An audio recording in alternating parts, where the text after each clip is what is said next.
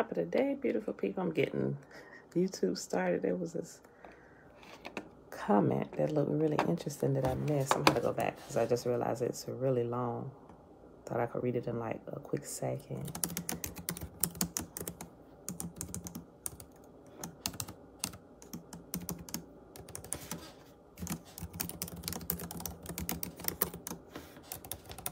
Tiffany, hey girl, hey.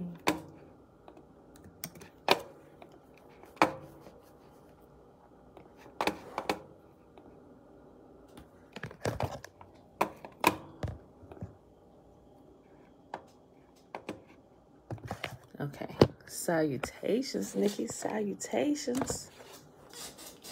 All right, y'all.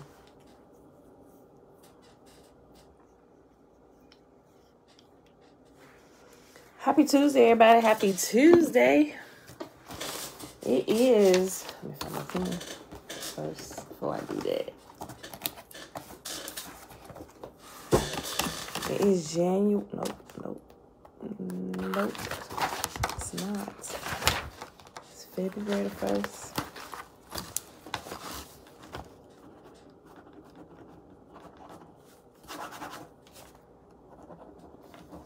Y'all, it is February the 1st, 2022.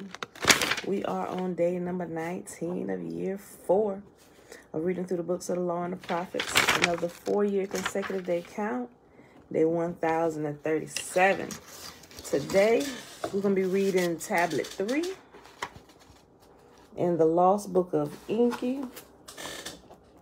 And then we're going to read chapter 20 in My Big Toe. I think it's chapter... No, I'm sorry. No, we're going to finish reading chapter 19. Because we stopped halfway through. Chapter 19, other half. All right, beautiful people. Let's go ahead and get started. So let's do the Shema real quick. Hit the Linda Brown, shalom. Levine, blessings. Audrey, shalom, shalom. All right, y'all, let me get this up over here.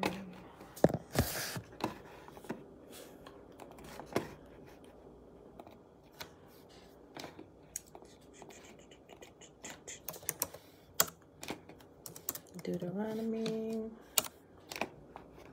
chapter 6, a call for wholehearted commitment. Shayla, hey girl, hey, peace and blessings, joy, shalom, shalom. All right. These are the commands, decrees, and regulations that the Lord your God commanded me to teach you. You must obey them in the land you are about to enter and occupy, and you and your children and grandchildren must fear the Lord your God as long as you live. If you obey all his decrees and commands, you will enjoy a long life. Listen closely, Israel, and be careful to obey. Then all will go well with you, and you will have many children in the land flowing with milk and honey, just as the Lord, the God of your ancestors, promised you. Listen, O Israel, the Lord is our God, the Lord alone. And you must love the Lord your God with all your heart, all your soul, and all your strength. And you must commit yourselves wholeheartedly to these commands that I'm giving you today. Repeat them again and again to your children. Talk about them when you're at home and when you're on the road, when you're going to bed and when you're getting up. Tie them to your hands and wear them on your forehead as reminders. Write them on the doorposts of your house and on your gates. The Lord your God will soon bring you into the land he swore to give to you when he made a vow to your ancestors, Abraham, Isaac, and Jacob. It is a land with large, prosperous cities that you did not build. The houses will be richly stocked with goods that you did not produce. You will draw water from cisterns that you did not dig, and you will eat from vineyards and olive trees you did not plant. When you have eaten your fill in this land, be careful not to forget the Lord who rescued you from slavery in the land of Egypt. You must fear the Lord your God and serve him. When you take an oath, you must only use his name. You must not worship any other gods of the neighboring nations, for the Lord your God who lives among you is a jealous God. His anger will flare up against you, and he will wipe you from the face of the earth. You must not test the Lord your God as you did when you complained at Massa. You must diligently obey the commands of the Lord your God, all the laws and decrees he has given you. Do what is right and good in the Lord's sight, so all will go well with you. Then you will enter and occupy the good land that the Lord swore to give to your ancestors. You will drive out all the enemies living in the land, just as the Lord said you would. In the future, your children will ask you, what is the meaning of these laws, decrees, and regulations that the Lord our God commanded us to obey? Then you must tell them, we were Pharaoh's slaves in Egypt, but the Lord brought us out of Egypt with a strong hand. The Lord did miraculous signs and wonders before our eyes, dealing terrifying blows against Egypt, Pharaoh, and all his people. He brought us out of Egypt so he could give us this land he had sworn to give to our ancestors. And the Lord our God commanded us to obey all these decrees and to fear him, so that he can continue to bless us and preserve our lives as he has done to this day. For we will be counted as righteous when we obey all the commands the Lord our God has given unto us. Trina betwabu betwabu. Mom, shalom, shalom. Yahuwah is one. Great Spirit, bless us and guide us in this world. Hallelujah. All right, y'all. Third tablet. The Lost Book of Enki. Synopsis of the third tablet. Alalu beams the news to Nibiru, reclaims the kingship. Anu, astounded, puts the issue before the royal council. Enlil, Anu's foremost son, suggests on-site verification. Remember, he just found the gold, right? Remember, Genesis talk about the land of Hivilah, where the gold is found. That's what it says in the Bible. Canonized, Genesis. In the land of Hivilah, where the gold is found. It was talking about the 4 rivers that went to the 4 corners, right? That went in 4 directions. And this is what Enlil is suggesting, that they're doing on-site verification. On-site verification that there is gold found there on earth, right? Ki Muntu Kikuyu Star 87. See me. Okay. Enlil, Anu's foremost son, suggests on-site verification. Ea, which is spelled E-A, I think it's Ea. Ea, Anu's firstborn and son-in-law of Alalu, is chosen instead. Ea ingeniously equips the celestial boat for the journey. The spaceship, piloted by Anzu, carries 50 heroes. Overcoming perils, the Nuberians thrill by Earth's sight. Guided by Alalu, they splash down and wade ashore. Eridu, home away from home, is established in 7 days. Extraction of gold from the waters begins. Though the quantity is minuscule, Nibiru demands delivery.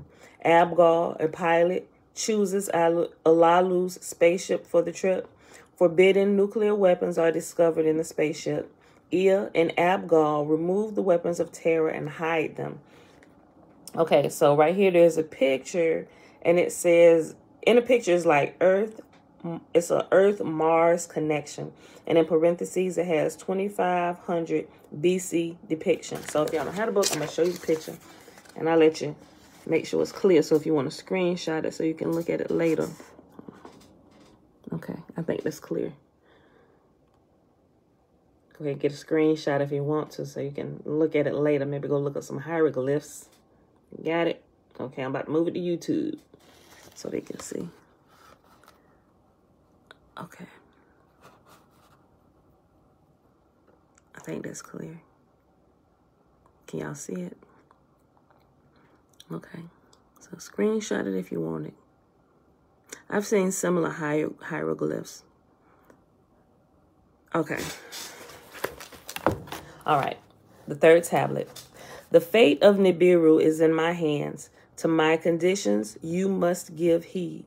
Those were the words of Alalu, the dark-hued earth. To Nibiru, they were, by the speaker, beamed. When the words of Alalu to Anu, the king, were conveyed, Anu astounded were the counselors, amazed were the sages. So remember how the sentences read backwards based on how they translated them. Okay. Alalu is not dead, they asked each other. Could indeed he on another world be living? They with disbelief were saying. Was he not on Nibiru hiding in the chariot to a place of concealment gone? The commanders of the chariots were summoned. Savants the beam words considered. The words from Nibiru did not come. From beyond the hammered bracelet were they spoken. This was their finding. This to Anu, the king, they reported. Stunned was Anu. the happening he pondered. Let the words of acknowledgement to Alalu be sent to the assembled, he was saying.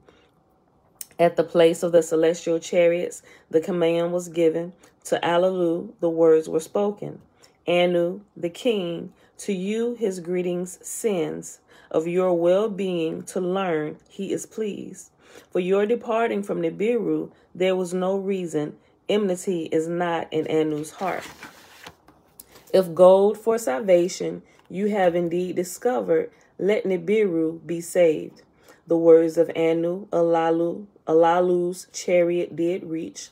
Alalu them quickly answered, if your savior I am to be, your lives to save.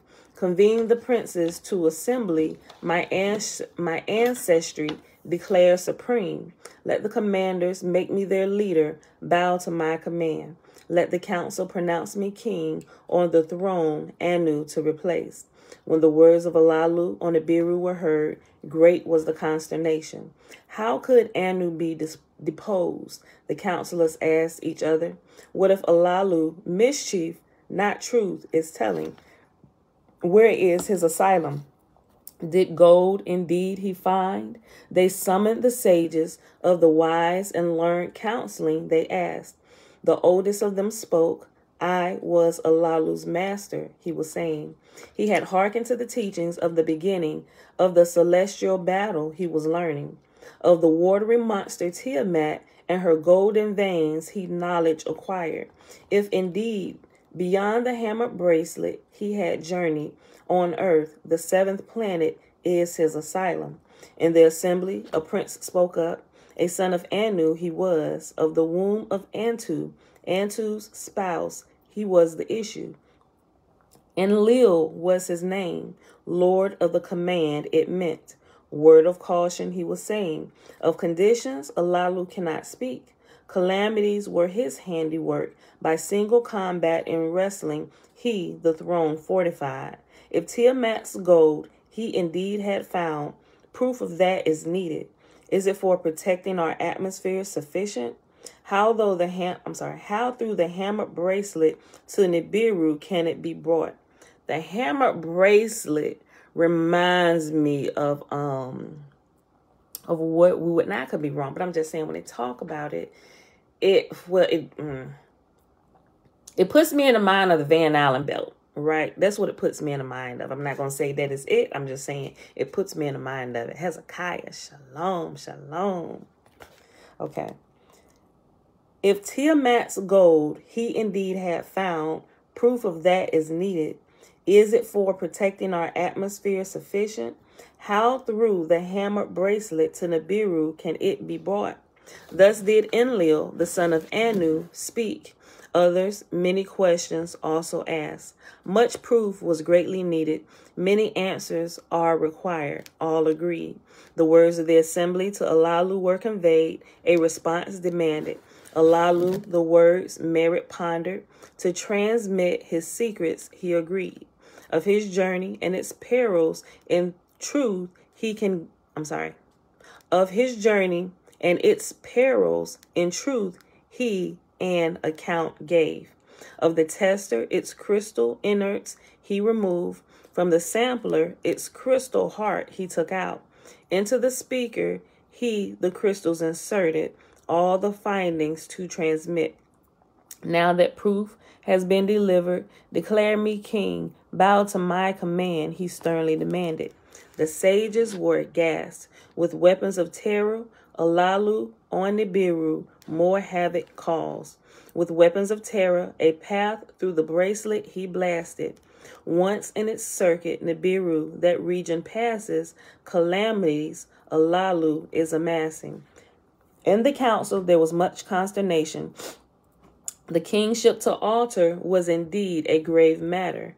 Anu, not by ancestry alone, was king. By fair wrestling, the throne he attained. In the assembly of the princes, a son of Anu stood up to speak. He was wise in all matters. Among the sages, renowned he was. Of the secrets of water, he was a master. He whose home is water, he was called. Of Anu, he was the firstborn. To Damkina, Alalu's daughter, he was his spouse. My father by birth is Anu, the king, Ea was saying. Alalu by marriage, my father is. To bring the two clans into unison was my espousal's intention. Let me be the one in this conflict, unity to bring. Let me, Anu's emissary to Alalu be. Let me be the one Alalu's discoveries to uphold. Let me in a chariot to earth journey, a path through the bracelet with water, not fire, I shall fashion. On earth, from the waters, let me the precious gold obtain. To Nibiru back it will be sent. Let Alalu be the king on earth, a verdict of the sages awaiting. If Nibiru it will save, let there be a second wrestling. Who shall Nibiru rule? Let it determine. Let me read that again. If Nibiru it will save, let there be a second wrestling. Who shall Nibiru rule? Let it determine. The princes, the counselors, the sages, the commanders heard Ea's words with wonder. Full of wisdom they were, for conflict they solution found. Let it so be, Anu announced. Let Ea journey, let the gold be tested. Alalu a second time, I shall then wrestle. Let the winner be on Nibiru, king. The words of decision to Alalu were conveyed. He pondered them and agreed. Let Ea, my son, by marriage to earth come. Let gold from the waters be obtained. Let it for salvation on Nibiru be tested. Let a second wrestling kingship by me or Anu settle. So let it be. Anu in the assembly decreed. And this puts me in the mind with Jacob wrestling with the angel right there. Literally talking about wrestling. Linda, morning. But also up here, remember how you hear, well, not here. Hold on. Let me look up something real quick before I say this. Tiffany, Alalu, spell Allah, yeah. It's possible, Tiffany. But keep in mind what you're saying now. Hold on. Y'all trying to figure stuff out or y'all been reading ahead. Hold on. Let me look at something real quick.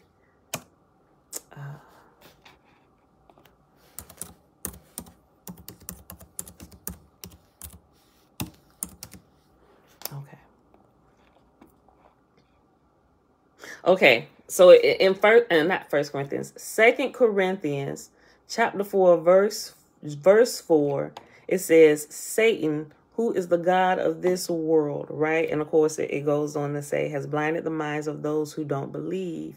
They are unable to see the glorious light of the good news. And it goes on, right?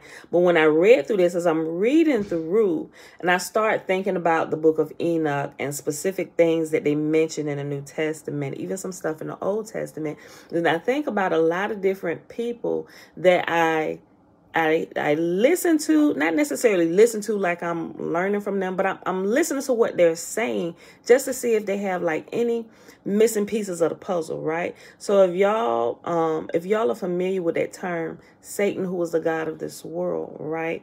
You ever hear people say that, and that I would say, I can't necessarily, I've heard some Hebrew Israelites, or, okay, so how do I term them? I've heard a few different people say, they say, Jesus is Satan. Or then they start talking about they say Yahweh, the God of the Bible. The God of the Old Testament is actually Satan, the God of this world. So I be listening to little things. I'm like, what are y'all talking about? So now I'm beginning to understand their mind from, even though they didn't necessarily explain it clear, it's possible that they've just been repeating or regurgitating something they read, but they don't really understand what's going on, right? I just kind of want to just drop that, put in the forefront real quick. I'm not going to expound on it too much yet. I just want to bring it up just in case it didn't come to mind while we was reading a few portions of this just now. But I just kind of wanted to bring it up, right? Okay. Remember that. Tiffany, remember that. Okay. Okay, so Tiffany over here, let me see if I can.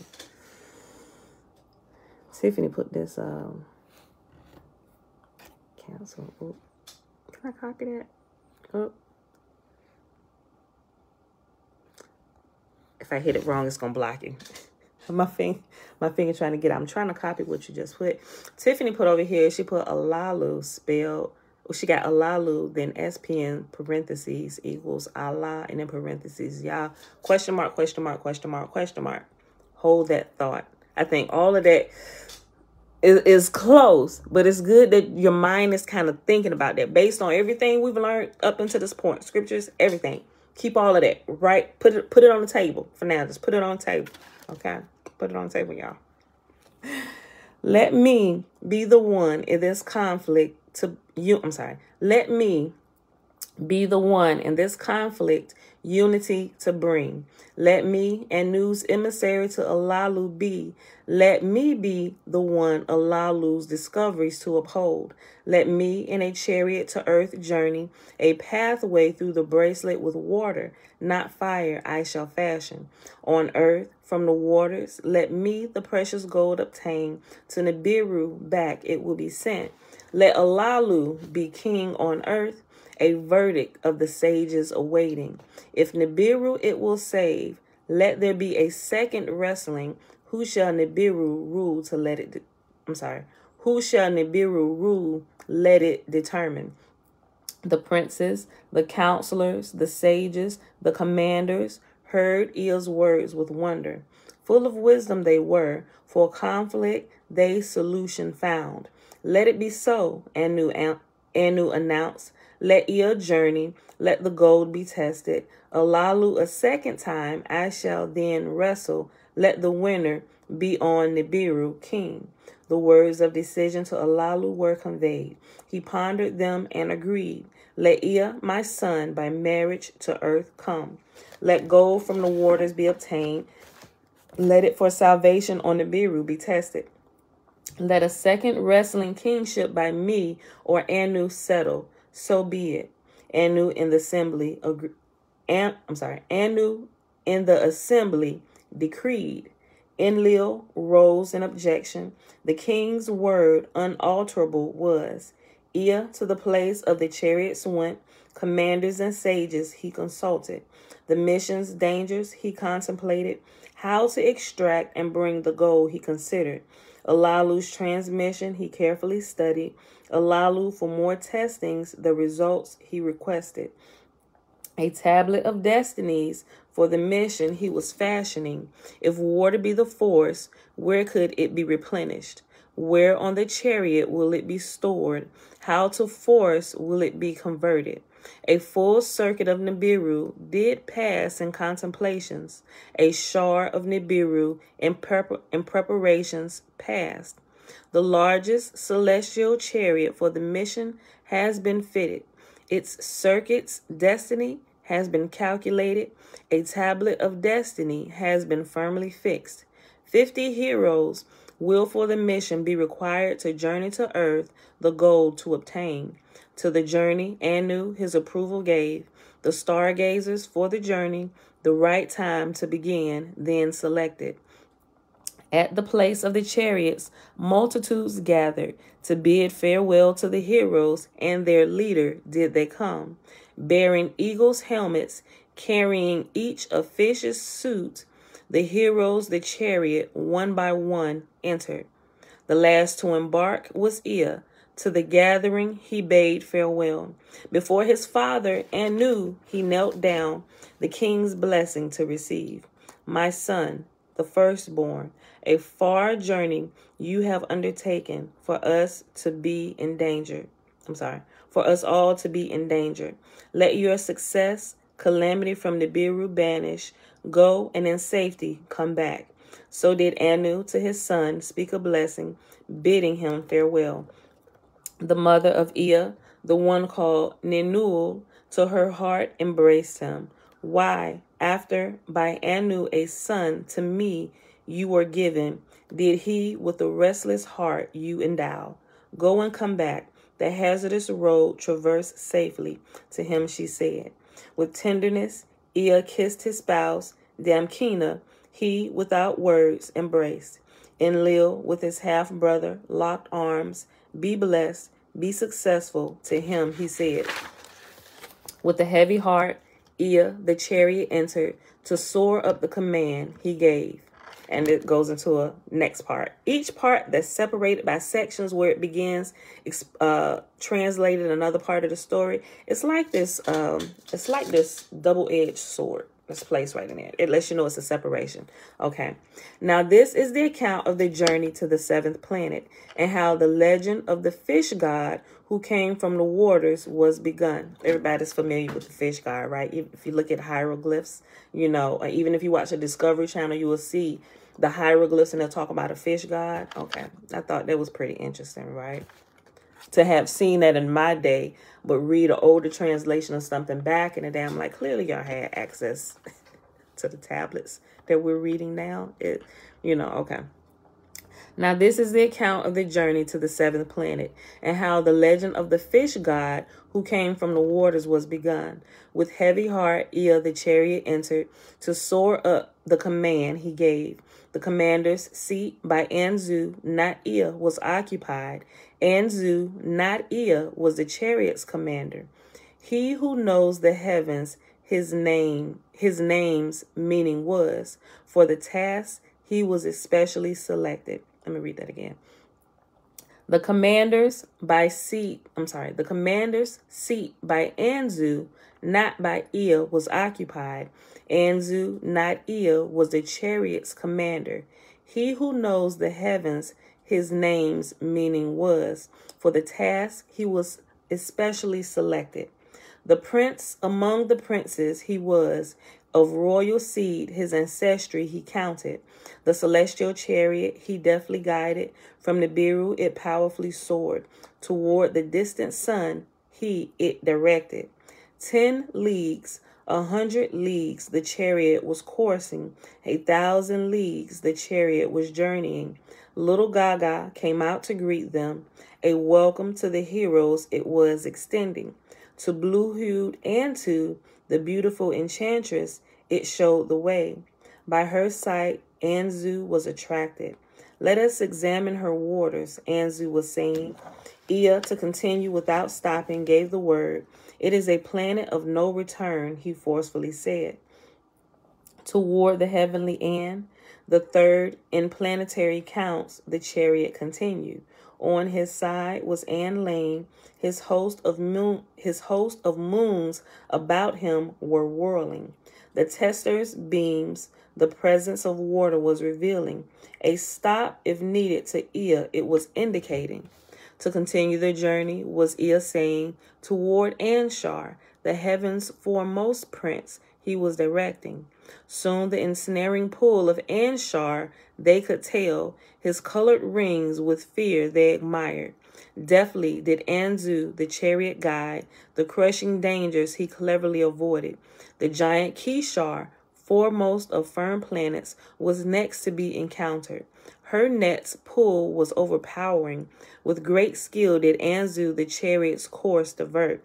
With fury, Kishar at the chariot divine lightnings was thrusting. Her host at the uninvited she directed.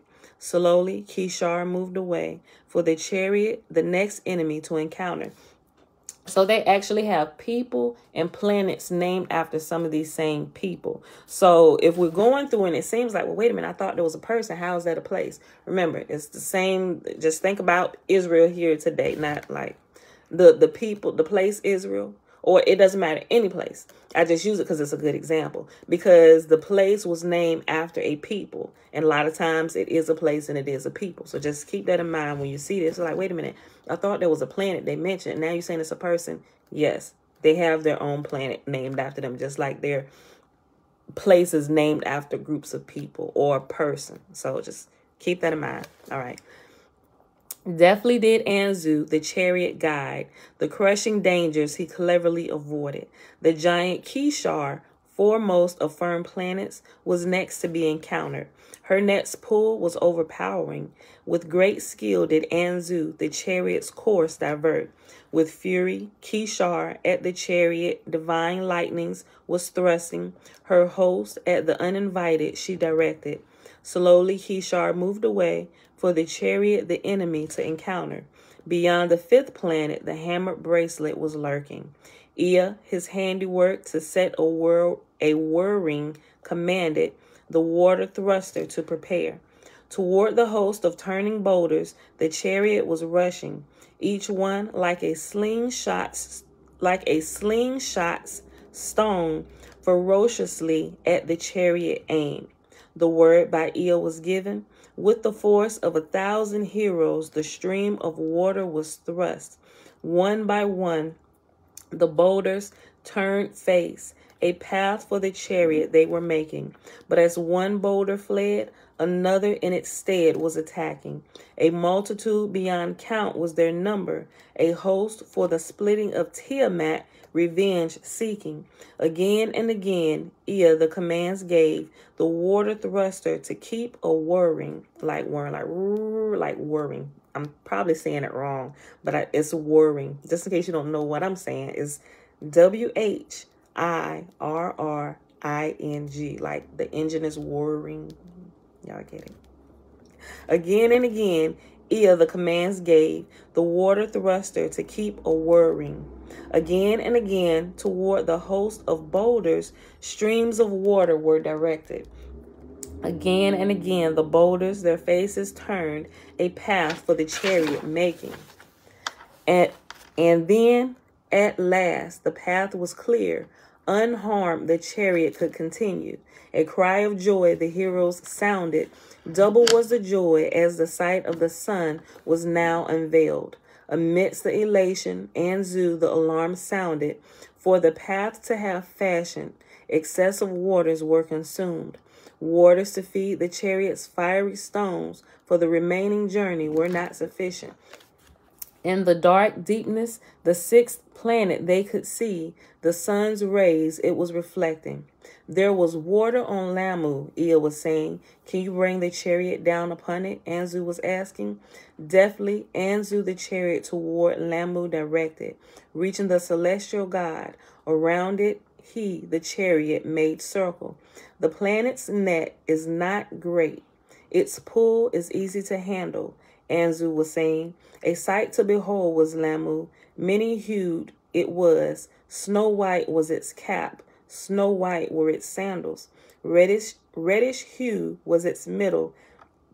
In its midst, lakes and rivers were aglitter. Deftly, Anzu the chariot made travel slower. By a lakeside, it gently came down. Ea and Anzu, their eagles' helmets donned, to the firm ground they stepped down. On command, the heroes, that which water suck extended, the chariot's bowels with the lake's water to fill.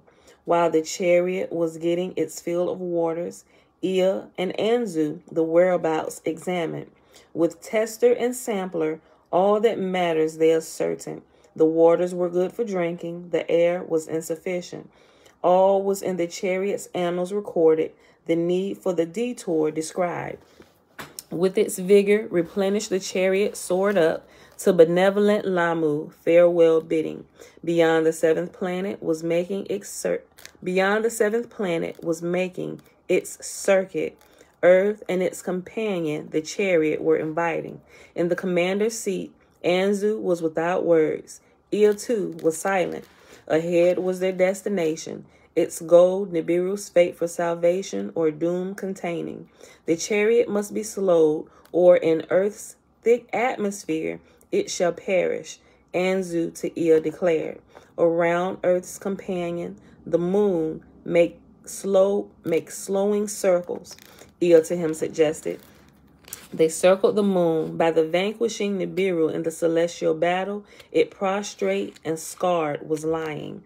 Having the chariot thus slowed down toward the seventh planet, Anzu the chariot directed. Once, twice the earth's globe he made the chariot circle. Ever closer to the firm land he lowered it. Snow-hued was 2/3 of the planet. Dark-hued was its middle. They could see the oceans. They could see the firm lands. For the signal beacon from Alalu they were searching. Where an ocean touched by dry land, where 4 rivers were swallowed by marshes, Alalu's signal was beacon.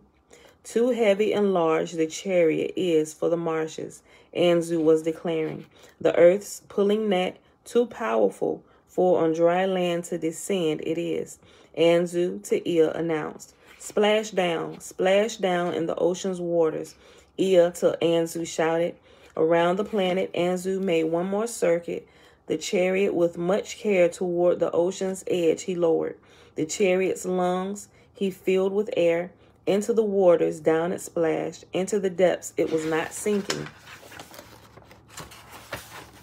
From the speaker, a voice was heard. To earth be welcome, Alalu was saying. The speaker is like a walkie-talkie, right? So remember, Alalu was able to talk to them on Nibiru with the speaker. Is the fish god connected to Pisces? Put it on the table. That's what I'm going to say at this point. Put it on the table. We're going to see. From the speaker, a voice was heard. To earth be welcome, Alalu was saying. By his beamed words, the direction of his whereabouts was determined. Toward the place Anzu, the chariot directed. Floating as a boat, it was upon the waters moving. Soon the wide-ranging ocean narrowed.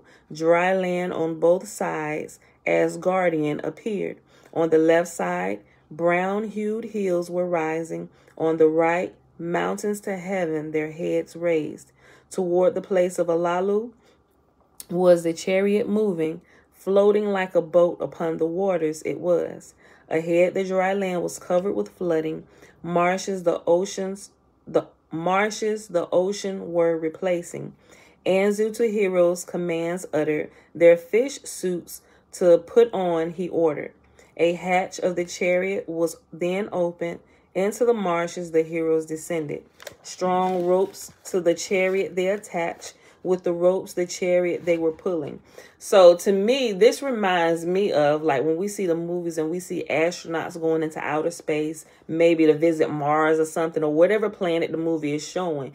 That would probably be representing of the astronauts putting on those astronaut suits because they're not sure of the atmosphere they're about to go in. They're not sure of if the air is breathable or not. So that's what they're doing when they put on these. Every time they go to get out of their craft, they don these fish suits and the helmet, like the astronaut's helmet, like it had.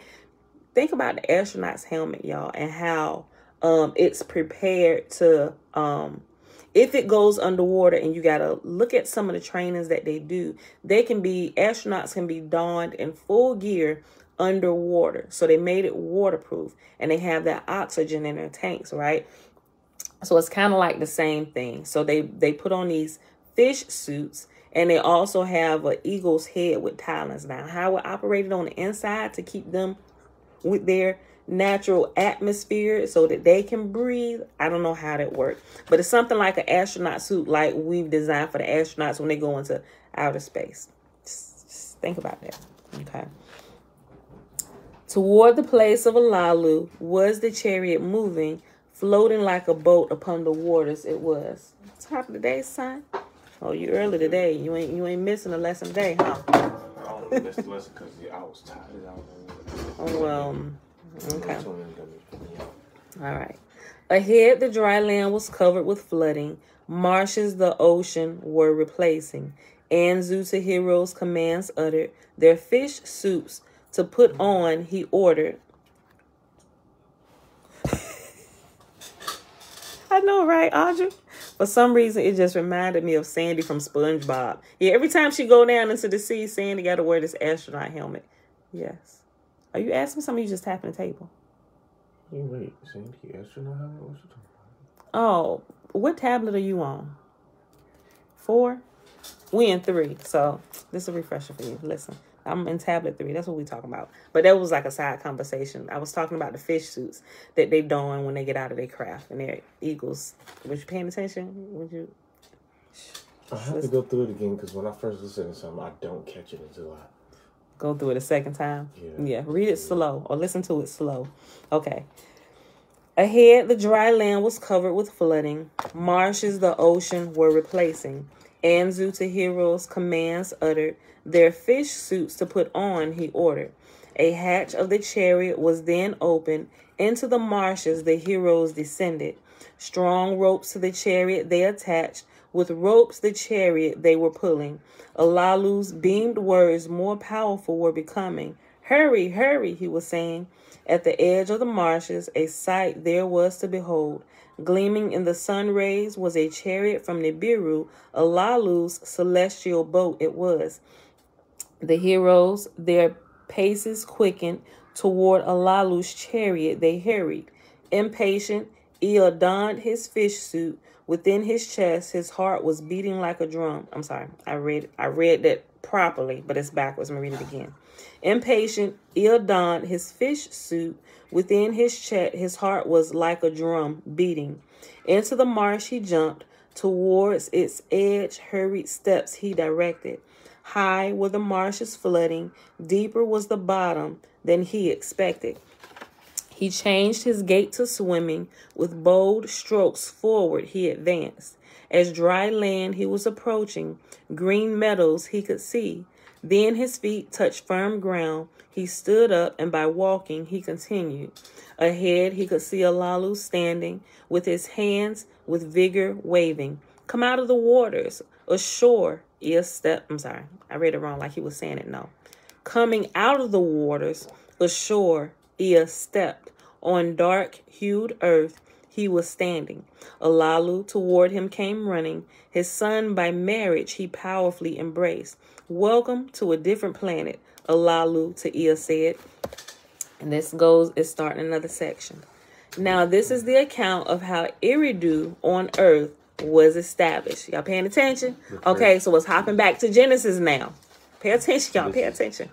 Lisa, hey, girl, hey. Alicia. I'm sorry. We got Alicia, and another Alicia. Yeah. Okay. This is the first civilization. Pay attention, son. Pay attention. Now, this is the account of how Eridu on earth was established, how the count of 7 days was begun.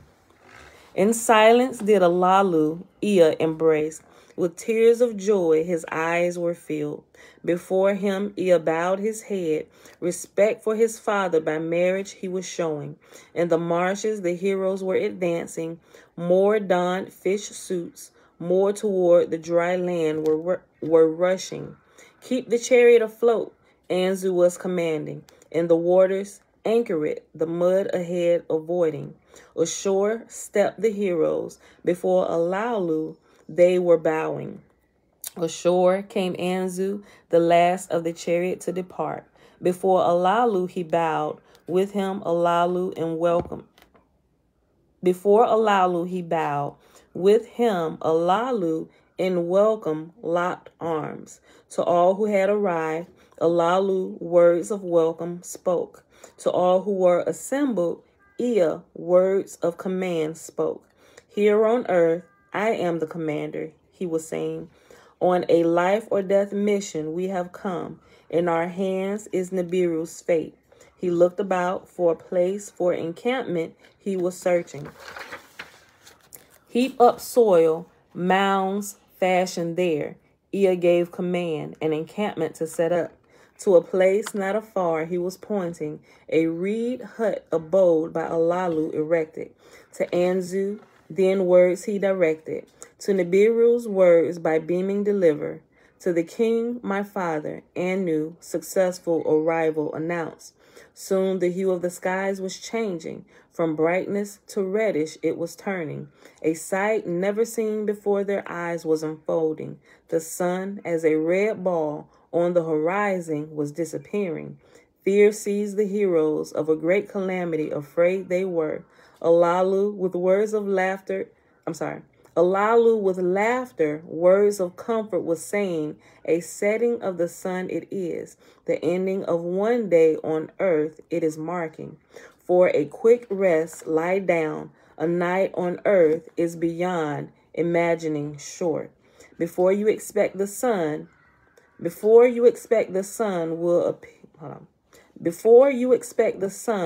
will an appearance make, on earth it will be morning. Before expecting, darkness came, the heavens from the earth it separated. Lightnings the darkness pierced, rains the thunder followed. By winds were the waters blown, storms of an alien god they were. In the chariot, the heroes hunkered down. In the chariot, the heroes huddled. Resting to them did not come. They were greatly agitated. With quickened hearts, the sun's return they awaited. Smiling when its rays appeared, they were joyful and backslapping. That seemed...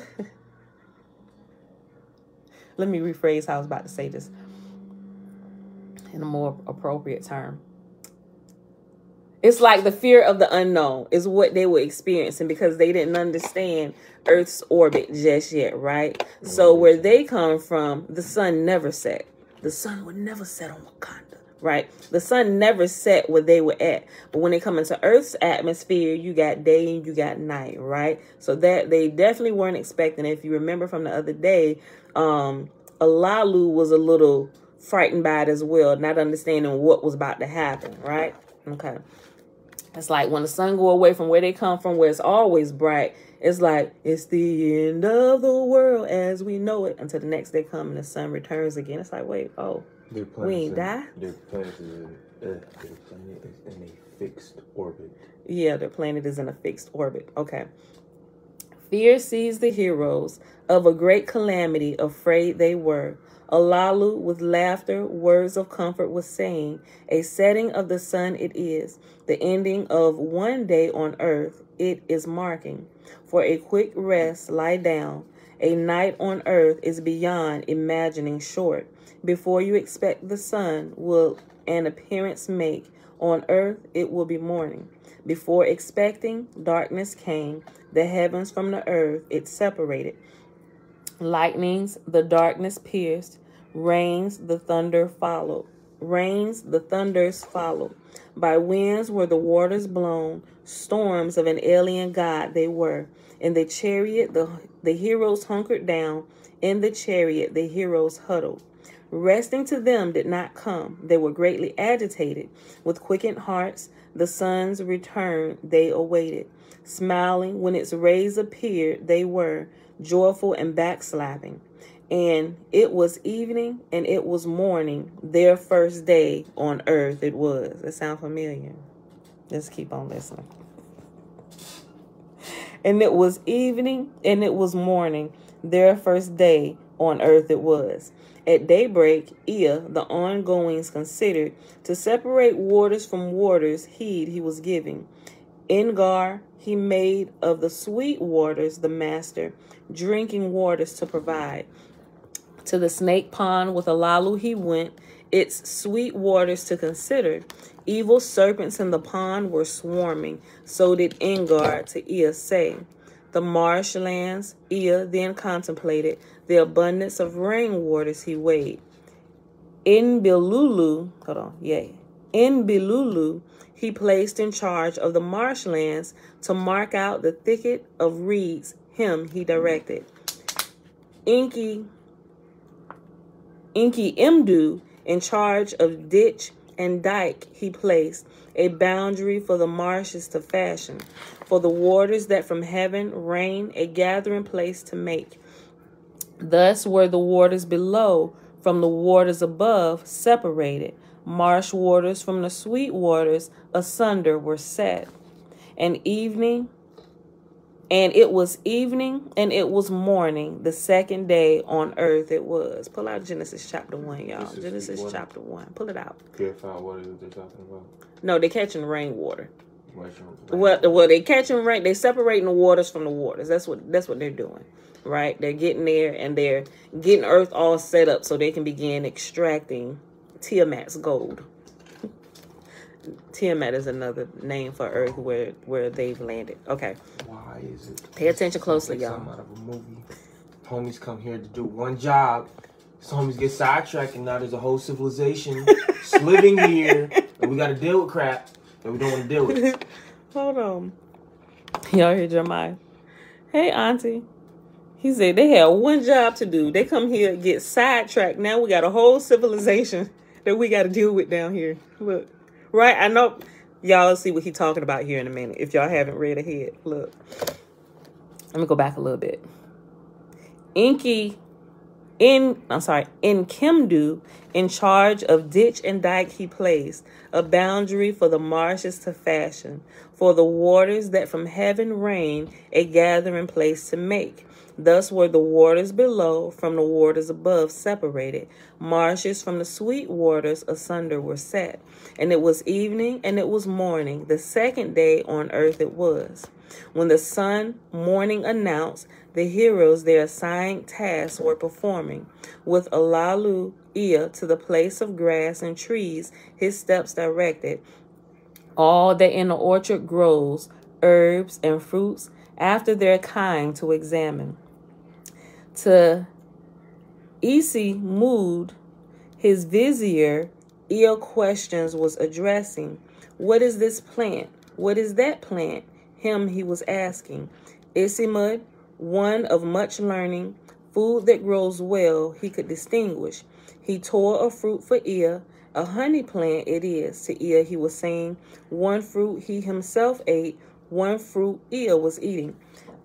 Of food that grows, by its good distinguish, Ea the hero guru put in charge. Thus were the heroes water and food provided. Satiated they were not, and it was evening and it was morning, the third day on earth it was. On the fourth day, the winds ceased blowing, the chariots by waves not disturbed. Let tools from the chariots be bought, let abodes in the encampment be built. Ea thus commanded. Kula, in charge of mold and brick, Ea appointed, from the clay bricks to fashion. Mashdamu, to lay foundations he directed, dwelling abodes to erect. All day the sun was shining, the great light by day it was. By eve time, Kingu, earth's moon, in fullness of pale light on earth it cast. A lesser light to rule the night among the celestial gods accounted to be. And it was evening and it was morning, the fourth day on earth it was. I believe that's lining up with what we got, right? The fourth day, because I clearly remember arguments about this on when do we start the day the sun and moon was born into creation. Well, clearly they were already there, right? There's these arguments about do we start to count here or do we start it at the day of creation? I'm like, you know what?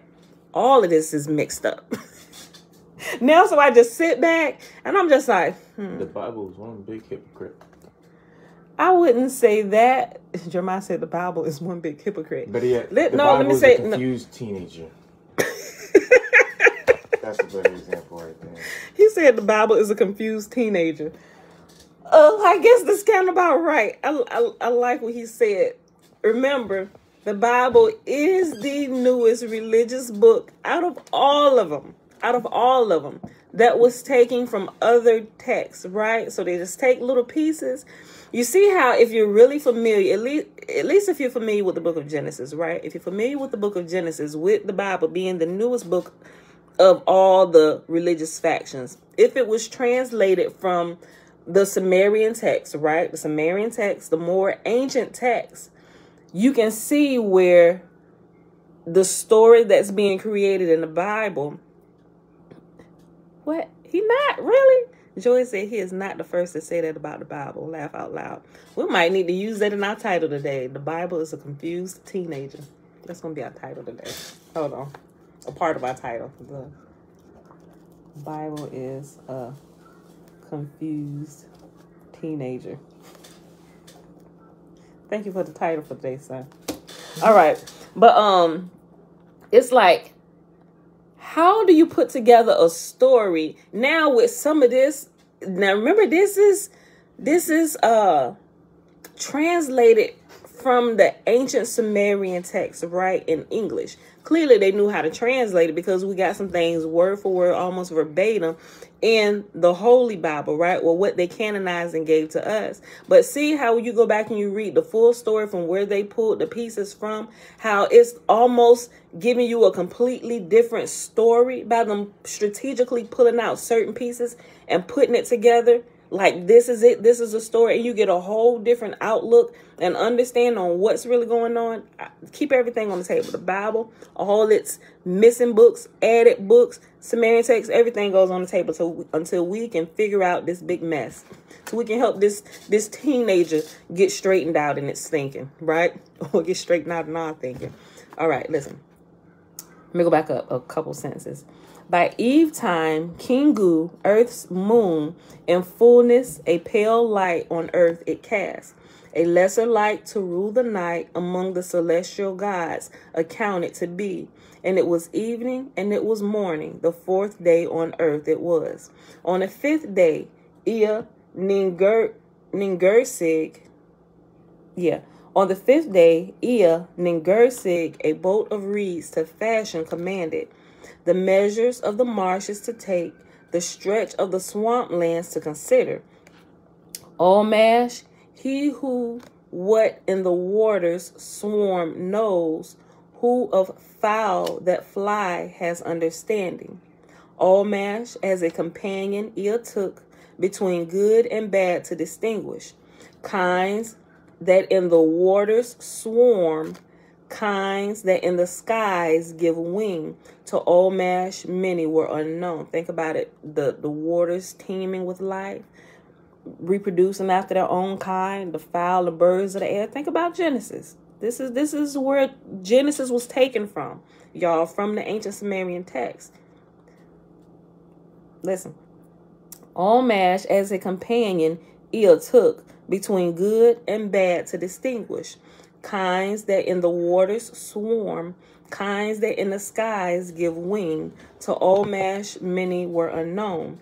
Bewildering was their number. Good were the carp, among the bad they were swimming.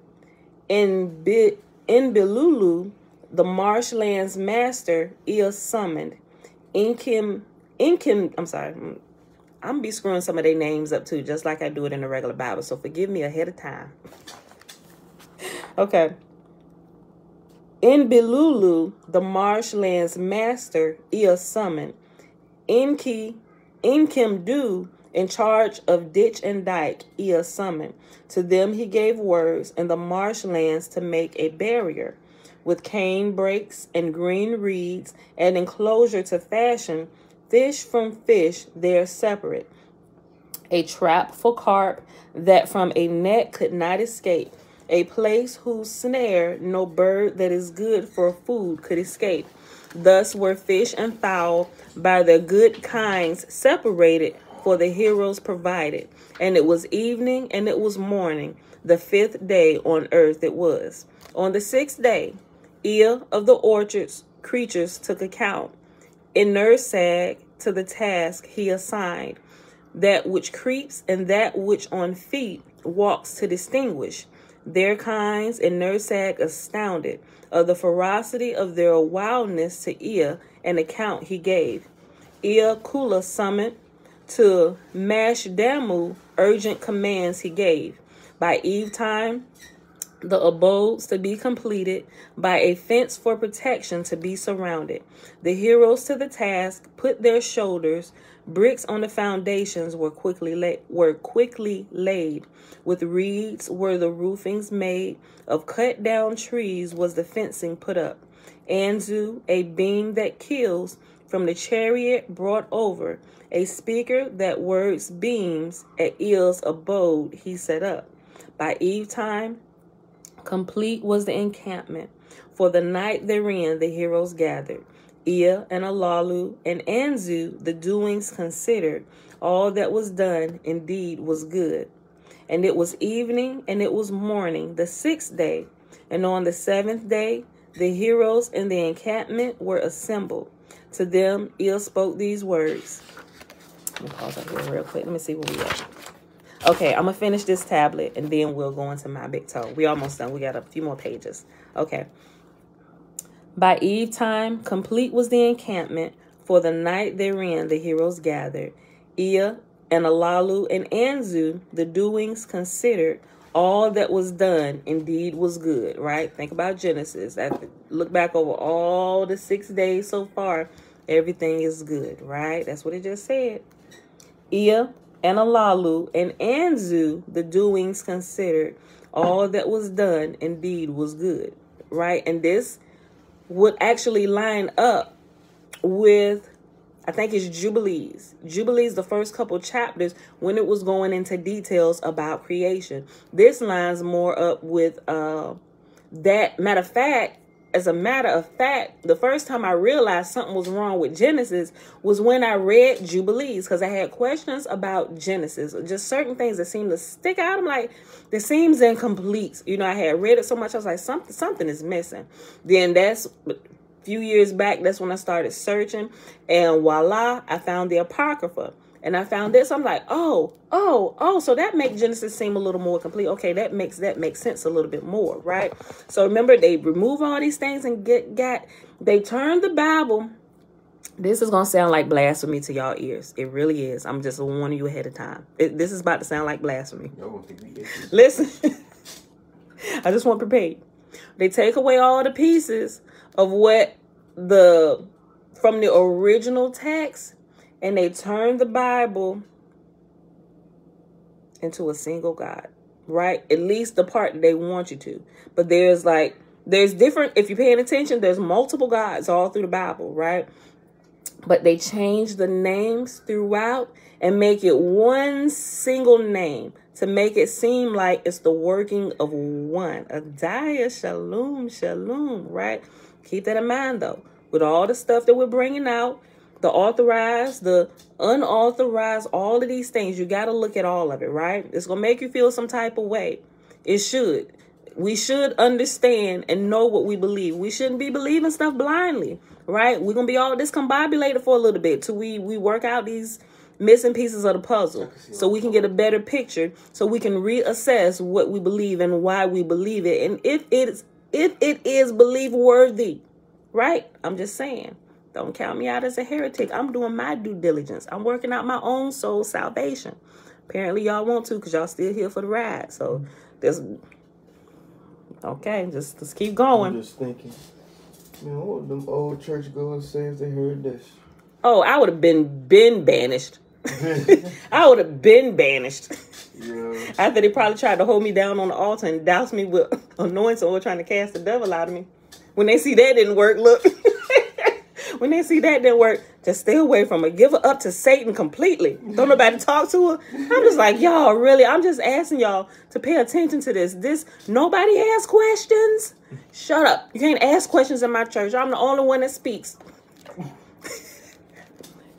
Y'all agree with this? Nobody said? All right. Well, I'm leaving. Anybody coming with me? Nobody? You want to come? You want? No? Nobody? Remember all that junk, you scared to get up and go? I'm just like, well, shake the dust off my feet. I'll be out here.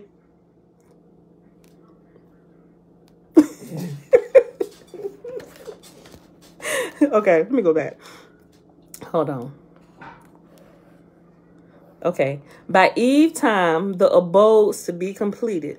By a fence for protection to be surrounded. The heroes to the task put their shoulders. Bricks on the foundations were quickly laid. With reeds were the roofings made. Of cut down trees was the fencing put up. Anzu, a beam that kills from the chariot brought over. A speaker that words beams at ears abode he set up. By eve time, complete was the encampment. For the night therein, the heroes gathered.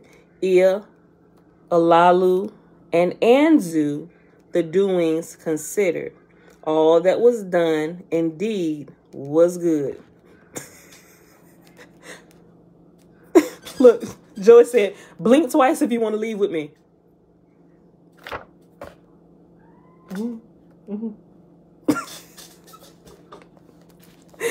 Ea and Alalu and Anzu, the doings considered. All that was done indeed was good. And it was evening and it was morning, the 6th day.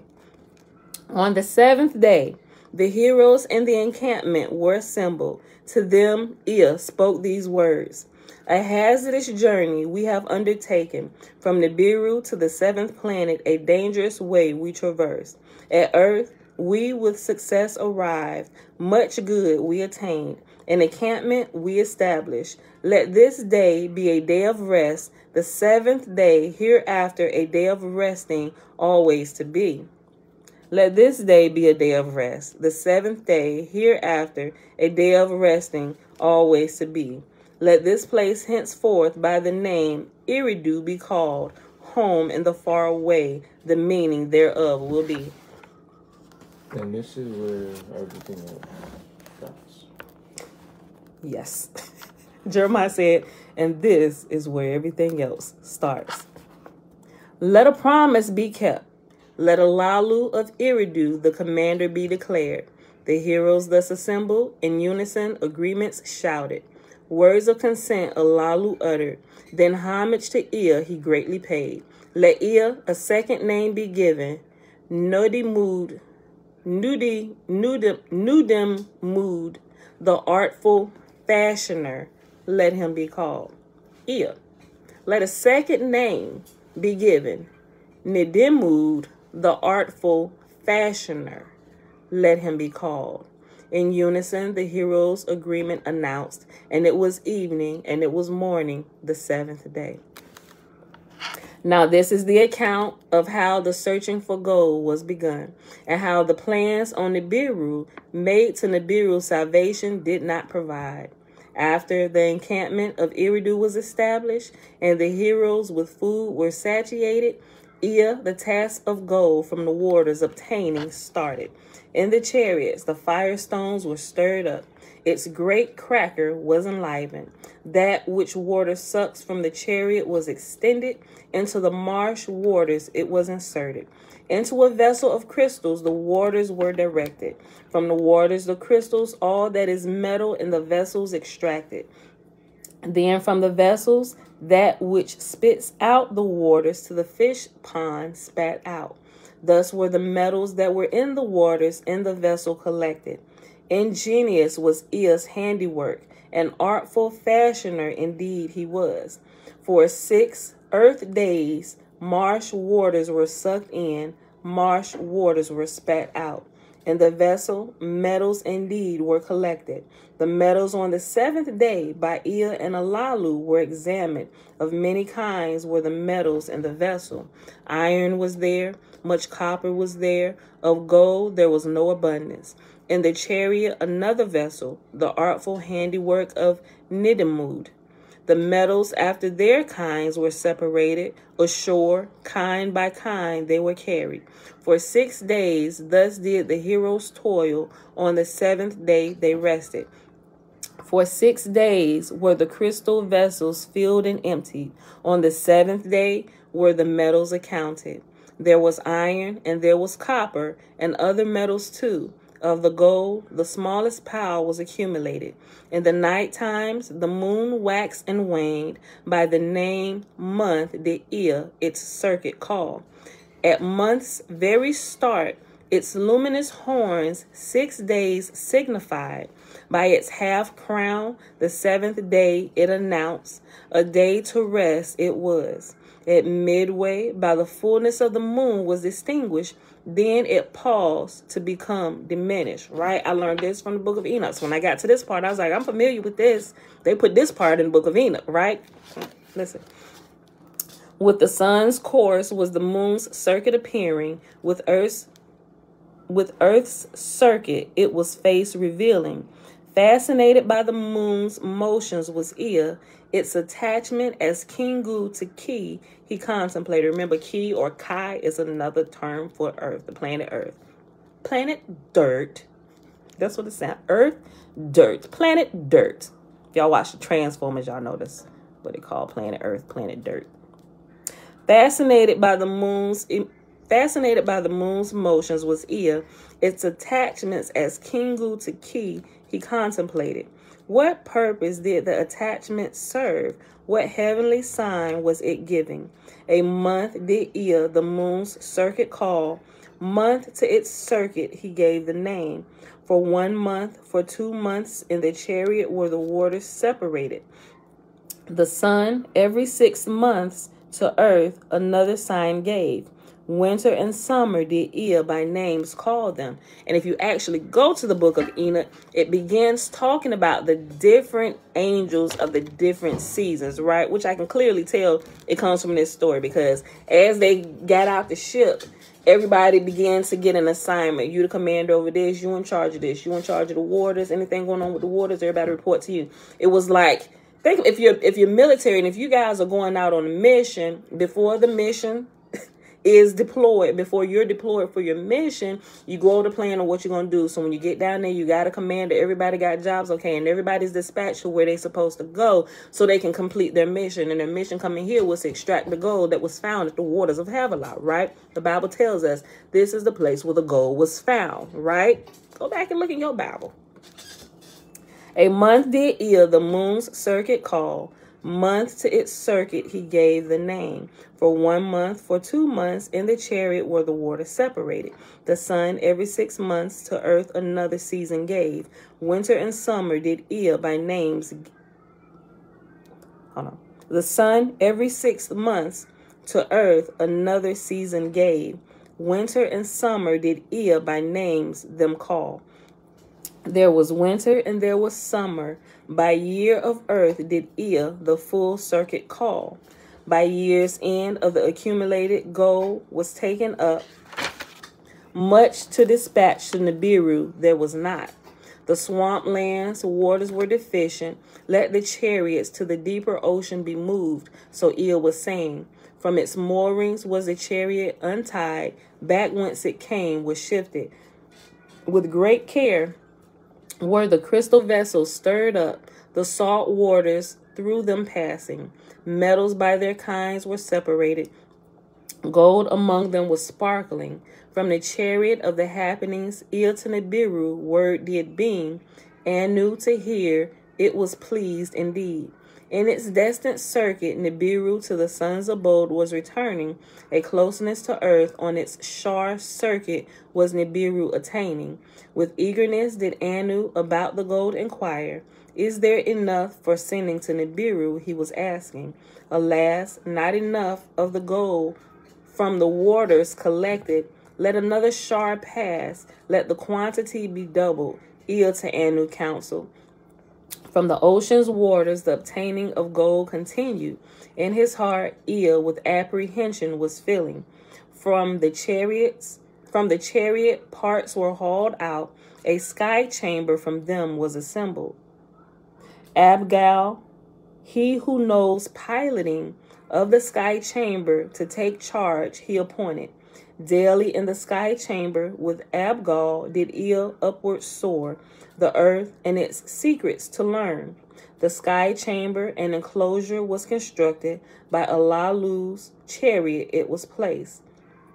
Daily the crystals in Alalu's chariot did Ea study. What by their beams was discovered to understand. Whence does the gold come? He asked Alalu. Where on earth are Tiamat's golden veins? In the sky chamber with Abgal did Ea upward soar, the earth and its secrets to learn. Over great mountains they roamed, in the valleys great rivers they saw. Steppes and forests below were stretched, thousands of leagues was their reach.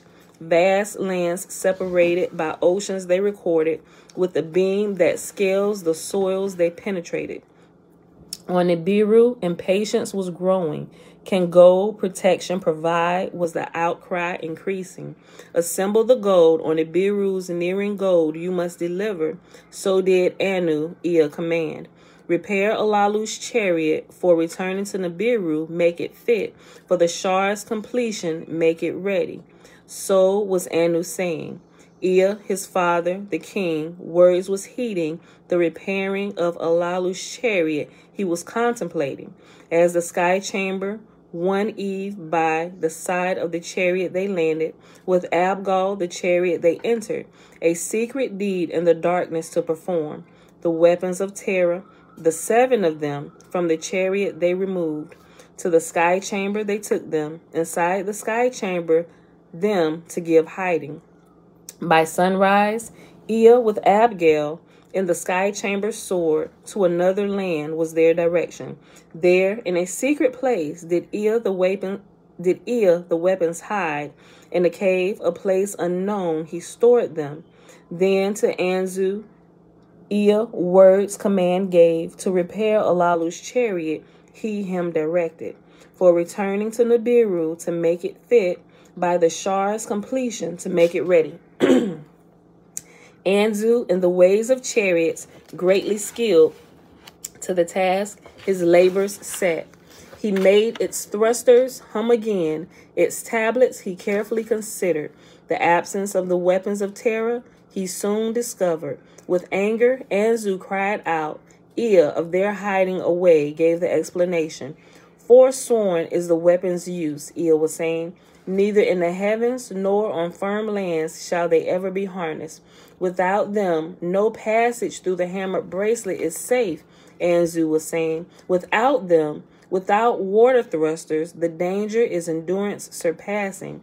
Alalu of Eridu, the commander, the words of Ea considered. To the words of Anzu, heed he gave. The words by Ea, by the council of Nibiru, are attested. Alalu was saying, but without the chariot's return, Nibiru shall be doomed. Abgal, he who knows piloting, boldly toward the leaders stepped forward. I shall be the pilot, the dangers I shall valiantly face.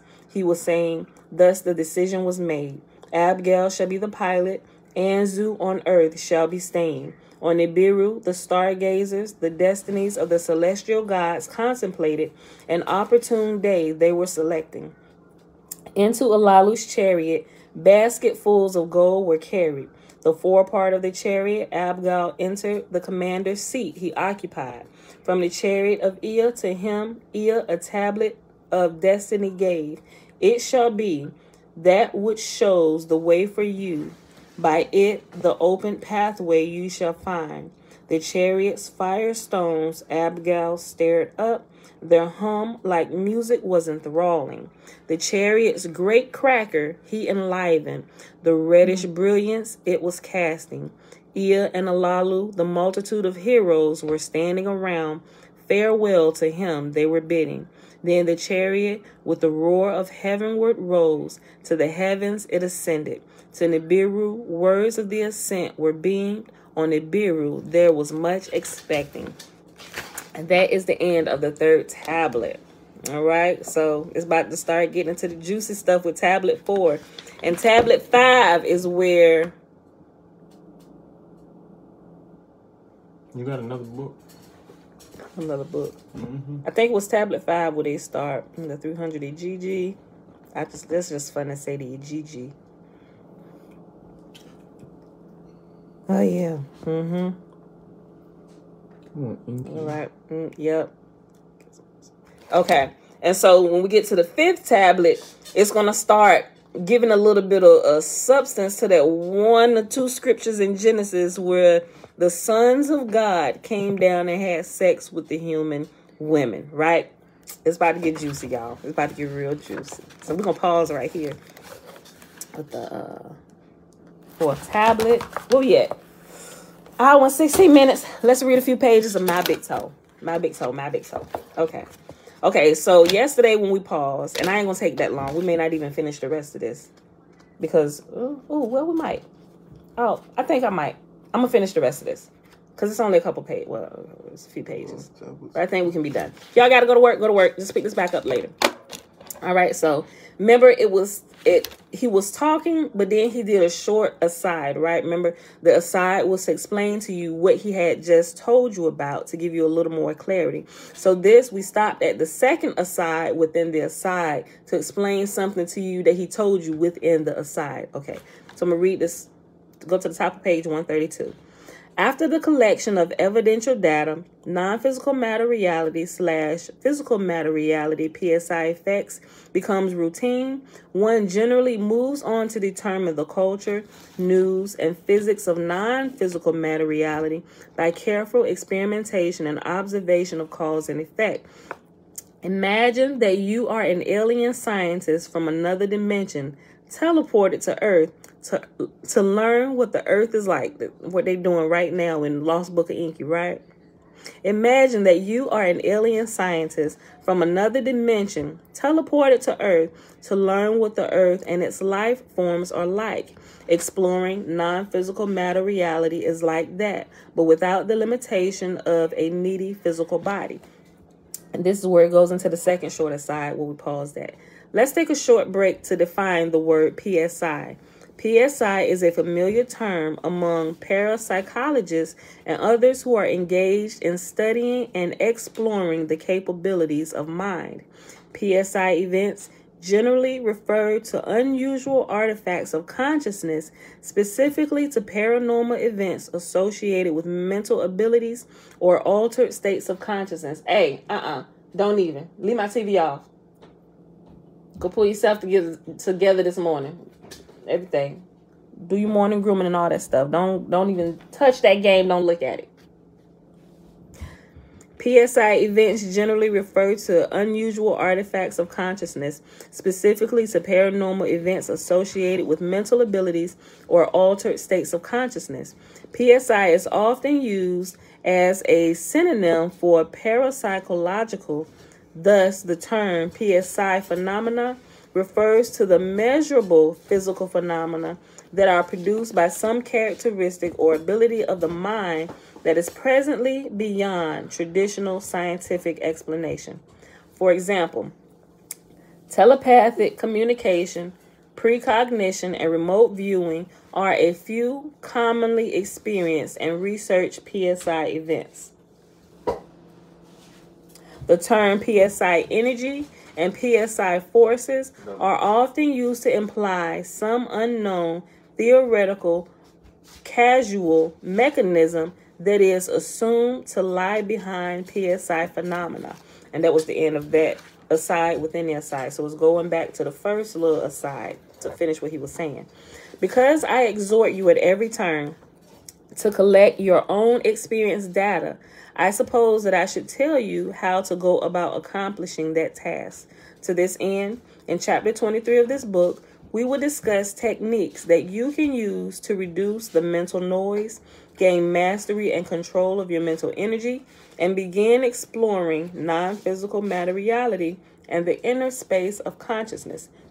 However, before we get to that, it is imperative that you first discover how your beliefs limit your reality and learn to appreciate the difference between your knowledge and pseudo-knowledge.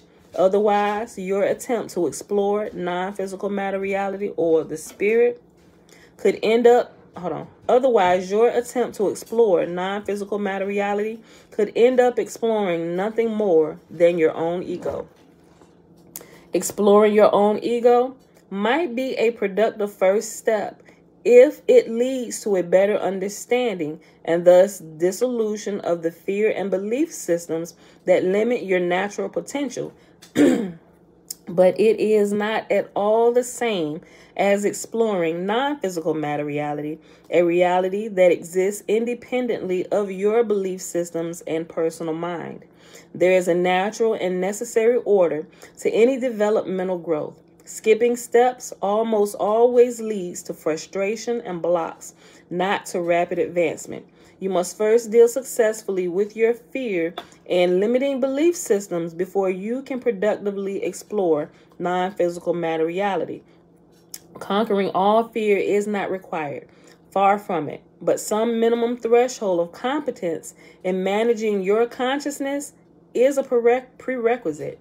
The required basic competence is usually developed through meditation, courage, and energetic dedication to the discovery of truth. The underlying principles and mechanics of meditation are discussed in chapter 23 of this book.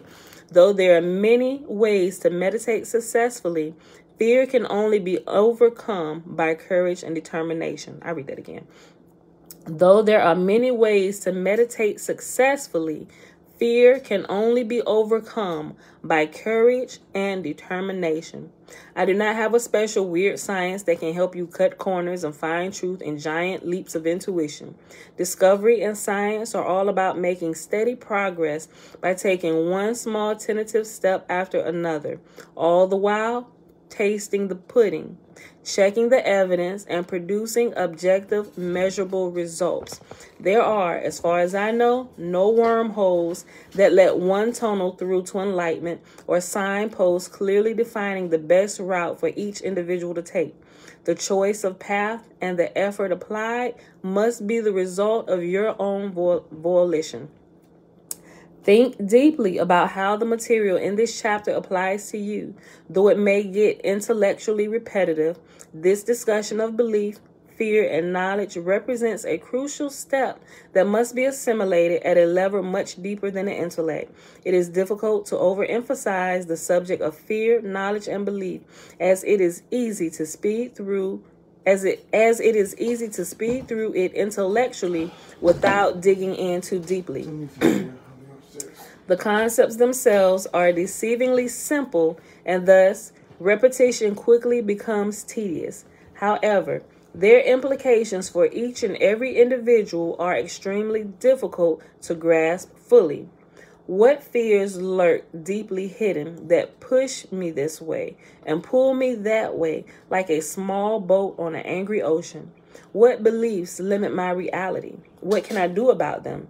These are difficult and complex personal questions that many egos are all too eager to sidestep.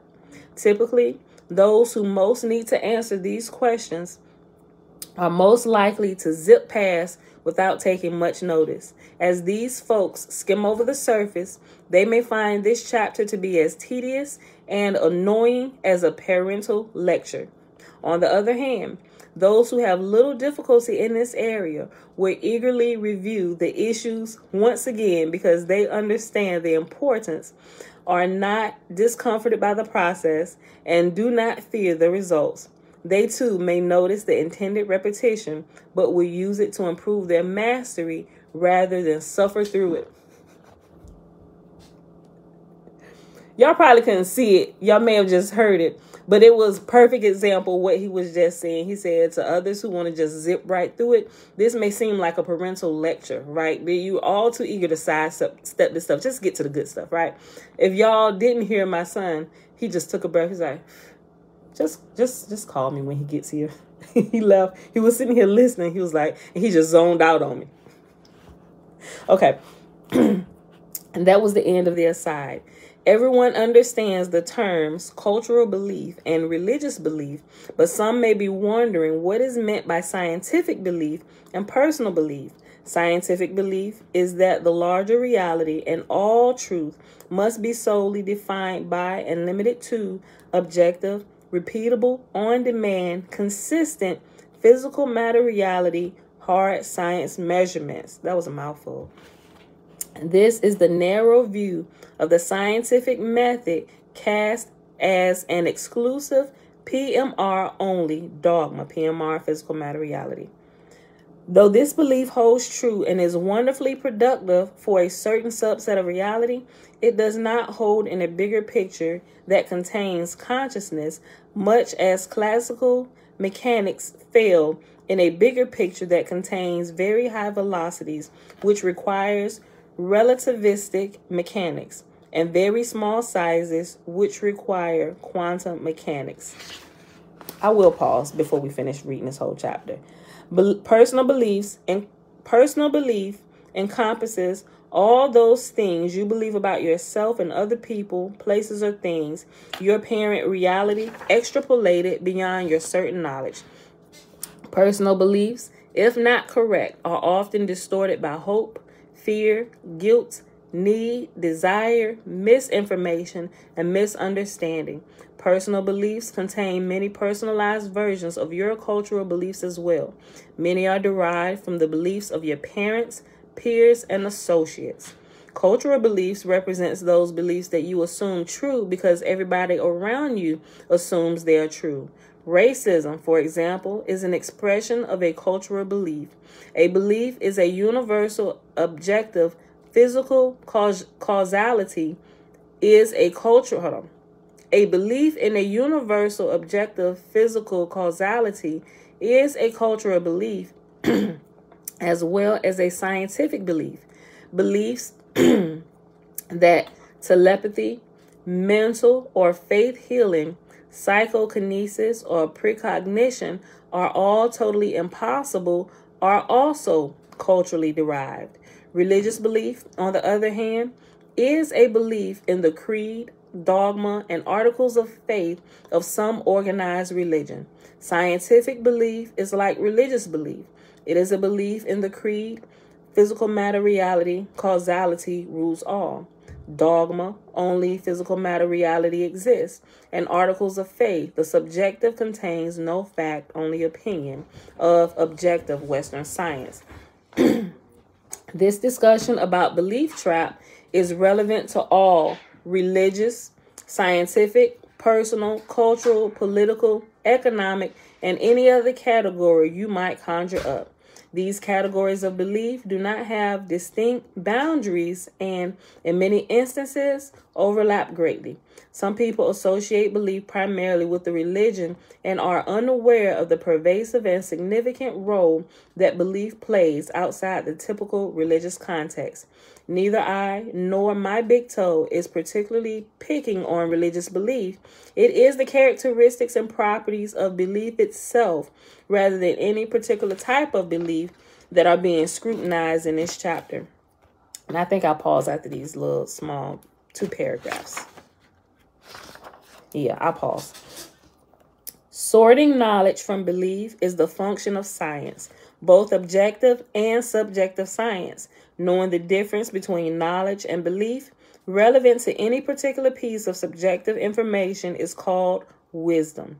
Knowing the difference between knowledge and belief relevant to any particular piece of objective information is to know the facts. Many feel compelled to either believe or disbelieve all information they come in contact with and quickly pass a judgment on everything accordingly, which is exactly what we're trying not to do, especially while we're going through these Sumerian texts.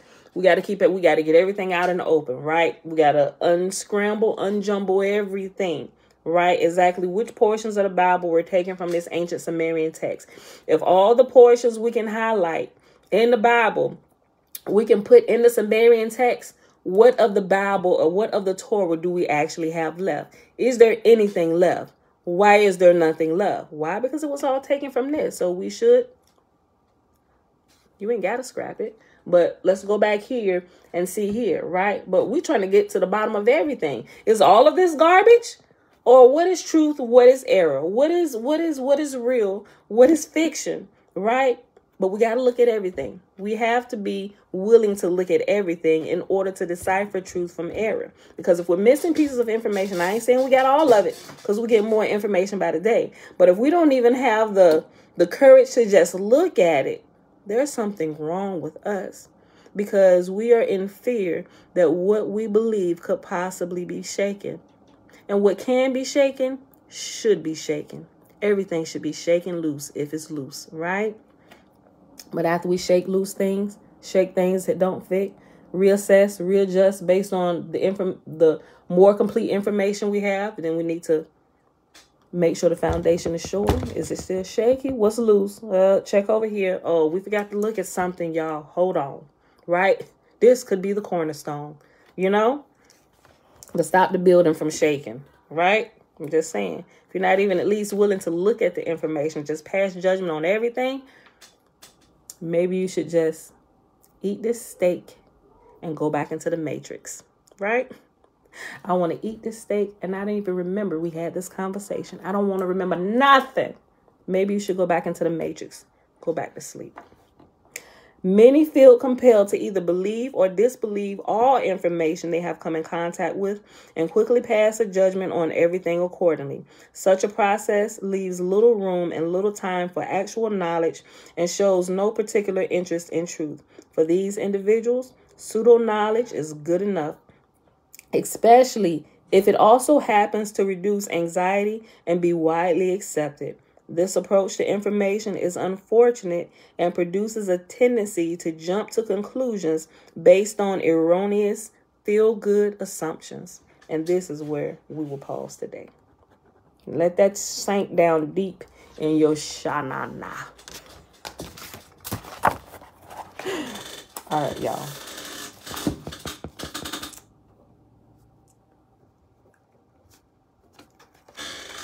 Okay. That was only 2 pages. But I think that was good enough for today. It all lines up with what we're doing anyway. So we're moving through everything at the pace that we should be moving. All right, beautiful people. It is, oh, shoot.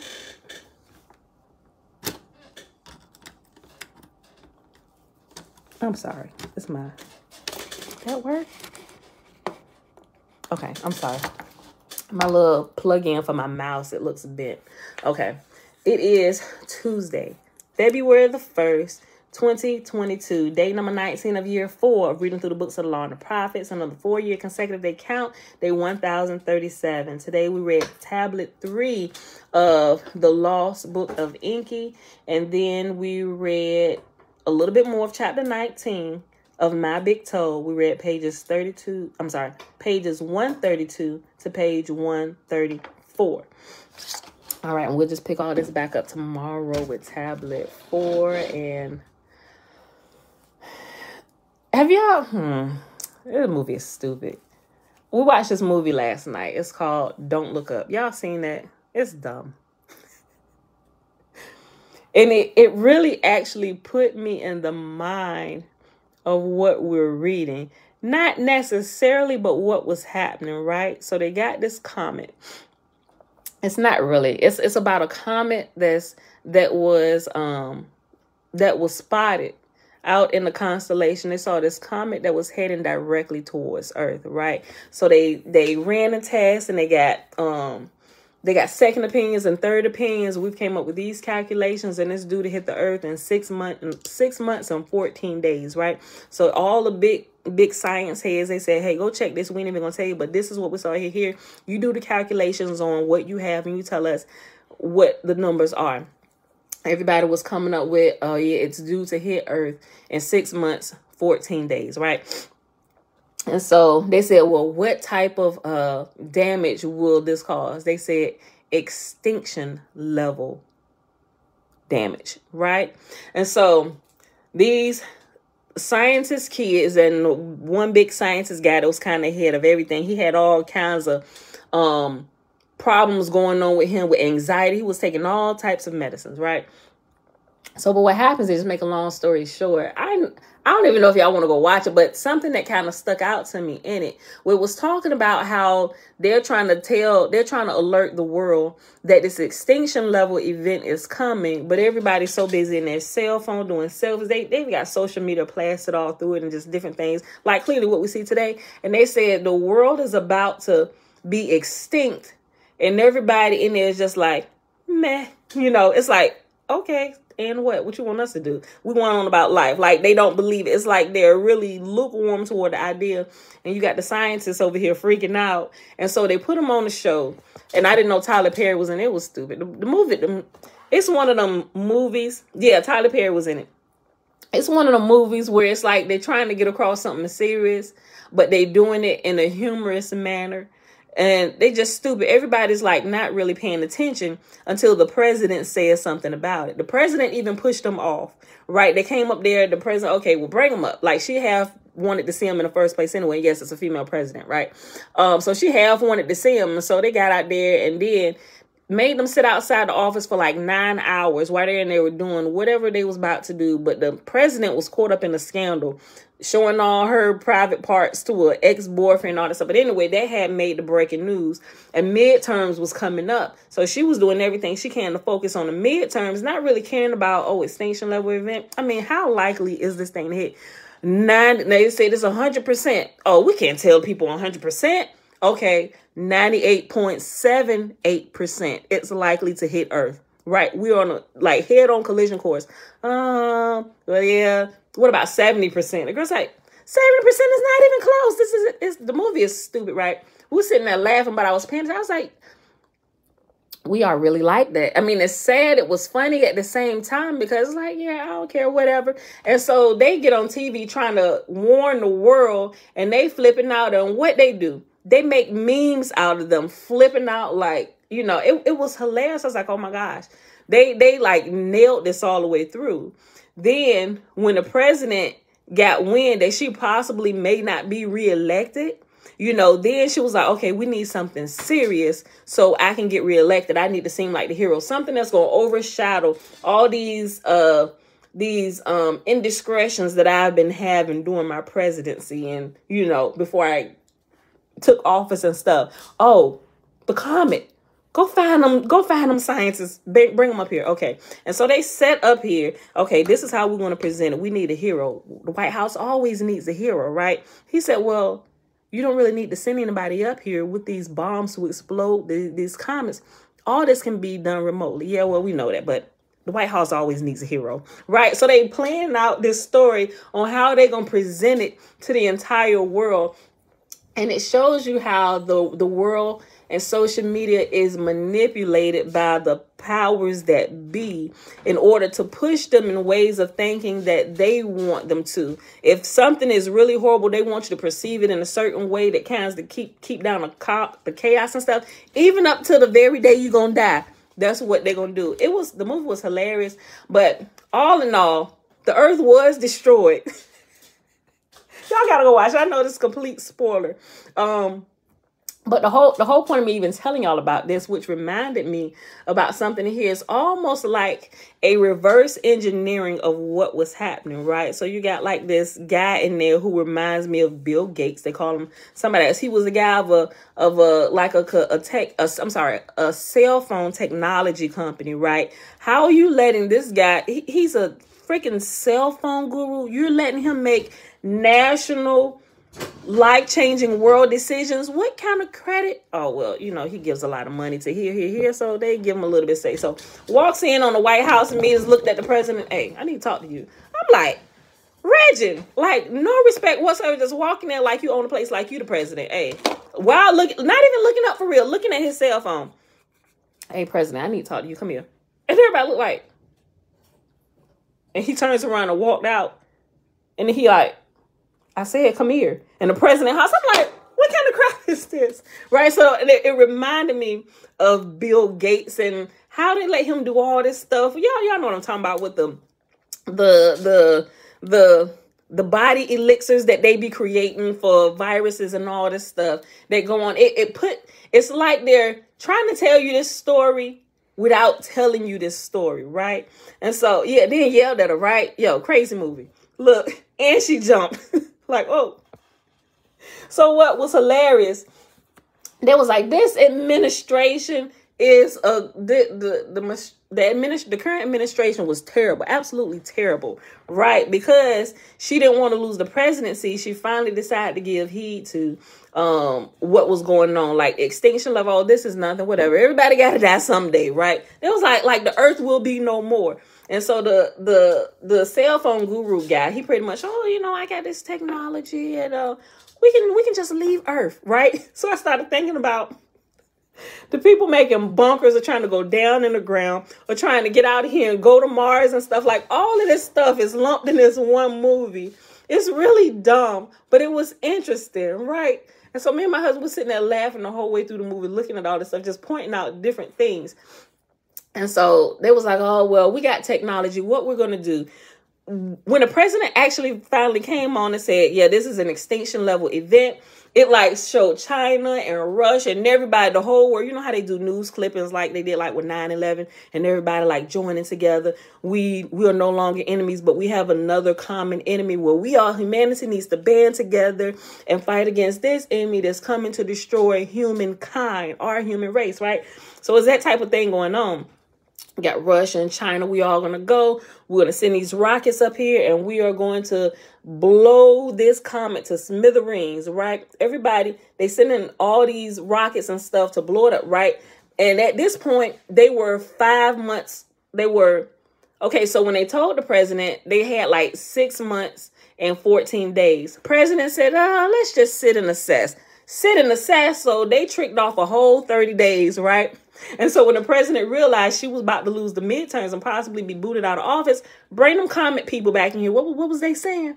So by this time, they already only had like 5 months left.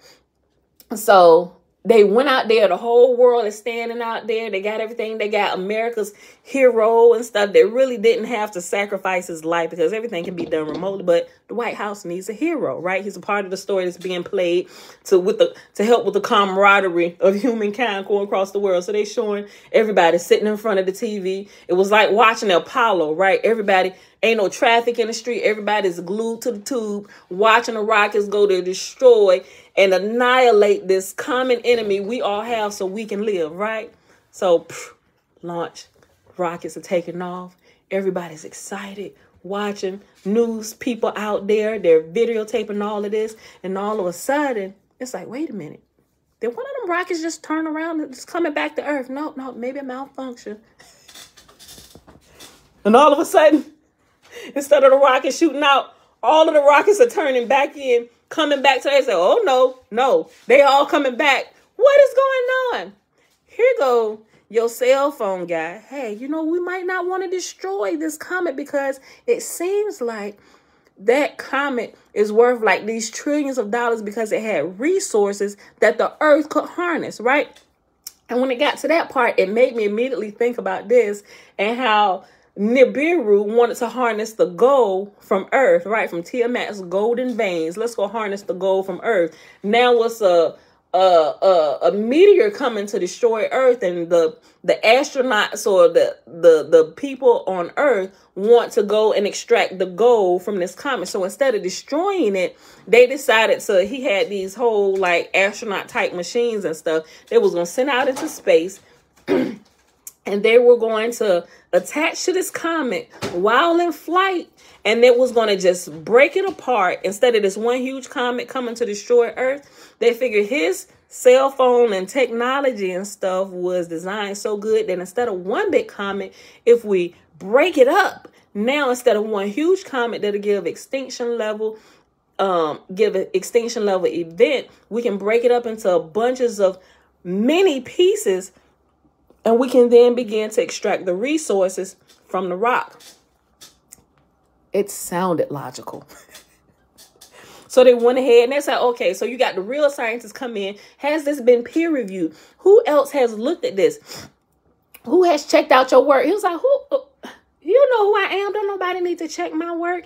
And this what really made me think about Bill Gates. He was like, all my technology and all my algorithms with my software and stuff tells me everything I need to know about your life. Everything that you've done through social media, this, what you're going to do, how you do it, what you like. We can suggest things that you will like. He said, I even know when you're going to die. He said, it's really sad. You're going to die alone. Because what had happened was that really started getting to him. Because at this point, the scientist guy, he was living hound the hog. He had come from this family, wife, or a couple kids. They were older kids, but at home, because he was having these panic attacks and stuff, and he had to be medicated just to keep himself under control and just to operate daily. When he got out there, he began to get a little bit of fame, began to breathe, and he didn't feel so closed in. He didn't feel like he had to quiet his voice. He could speak. They labeled him the sexiest scientist of the year. And of course, it was women coming after him, and one particular woman caught his fancy, right? And he began sleeping with her, married and everything, And she was like, oh, well, And so he began to even change up his suits. He didn't look frumpy no more. He looked nice and tight. Like, you got tailor-made suits. Oh, you got a little bit of money now. Oh, you don't forget about the family back home, right? Wife come in, caught him cheating. Sitting in his room, he come back with the news telecast and all that stuff. Oh, well, before I leave, let me just make sure you know how to take care of my husband. And she bought all his medicines. He takes this, and he takes the Xanax, and he take this, and here goes some Viagra, this, and this. And he was like, well, honey, I don't need this stuff, not so much, not since I've been out here, right? So since he was able to get away from his atmosphere, he realized he didn't have all those stress and everything. Therefore, he didn't need the medicine. It was so many different little nuggets within this stupid movie. It was amazing to me. So he was like, well, I really haven't had to take the medicine. I'm the sexiest scientists alive, right? You know, so he was living off of that. But anyway, so the guy said, he said, well, according to my algorithms and all those things, he said, your death, we can even predict your death with a certainty, right? He said, and it's not pretty. It's actually quite sad. You're going to die alone. And that caught his attention because his wife had just left him because she found him cheating. And he was like going to die alone. And he began to come to his senses instead of falling to the plan of the government's plan or whatever, because he was like, listen, let's warn the world. We can make a preemptive strike. We got time where we can take care of this. But then it was like, oh, you know what? This comet is going to provide jobs to everybody on the earth. We're going to extract the gold resources. The entire world will become wealthy, right? So now everybody is diverted and looking at wealth. And I was like, oh, yeah. And now everybody, instead of being afraid of the comet, oh, my God, it's the end of the world as we know it. And everybody going to die. So they making commercials. The comet is going to provide jobs and future for our children. You don't know how they do those dumb commercials, right? So they started doing all. So I was like, would you look at this crap here? It was dumb, but it was a good movie, though, right? Look, so now the whole world's aspect and their perception of what is coming to kill them. Now they're looking at, oh, well, we can just extract all the resources and make the earth better. And like I said, it sounded logical until they started asking questions. Well, what about this? Okay, let's just say your idea works. We don't destroy it. It can actually help the earth with its resources and stuff, right? I know, right? We always stealing resources from somebody. Say this is true. Say we can do this. Has your equipment been tested? What about the heat, and is it going to melt? All these different things. Being a peer, we need peer reviews for. That's for the scientific community. I am a legend in my day and my time. He talks like this, like he barely raising his voice and like, oh, I'm in charge of everything. You don't need to test my stuff because I was born a genius. Everything is going to work. You don't need to trust anybody else but me, right? President fell into, okay, well, you say it's going to work. Okay, well, you got this. That seemed to work. But I'm like, my G, he's not a freaking astronaut. He doesn't work on satellites and stuff like that. But anyway, so they got the whole military command in there. And now time has really dwindled down. Messing around him, making bigger and more equipment to send out here. All this time, they still could have blown up this crater, right? They developing this equipment, still didn't really peer test it and all that stuff. Okay, launch day, no peer reviews, nobody second testing and stuff, and everybody is trusting in these idiots to save the earth, right? Not knowing, just in case something go off, we're gonna leave the earth. So before they actually launch, No, the day of the launch, they were sitting there, everybody in there, and the president is sitting beside this Bill Gates looking dude, right? That's got his technology. This is going to work with share the resources all the way around the world, and this is going to be lovely, earth, beautiful place everywhere, right? And so the president asked him, she said, well, I heard your computer software, all this, it does these algorithms where you can predict and precisely predict even people's days of death. She said, when am I going to die? How much? No, I don't want to know. I don't want to know. That's just something you shouldn't know ahead of time. I don't want to know. I want to know. Tell me. I want to know. How am I going to die? Right? And so he said, he just paused for a second. He said, and I forgot the name of the thing. Hold on. Let me look it up real quick. So I want to make sure I see it right. Hold on. Because he told her how she was going to die. Hold on. Let me get the name of this thing. It was funny. Okay. Hold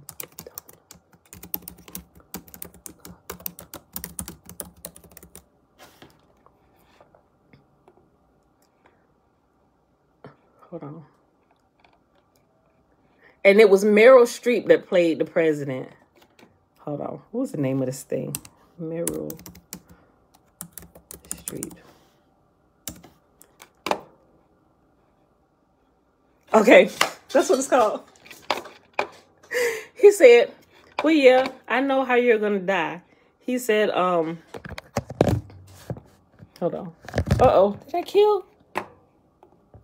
Oh, okay, there y'all go.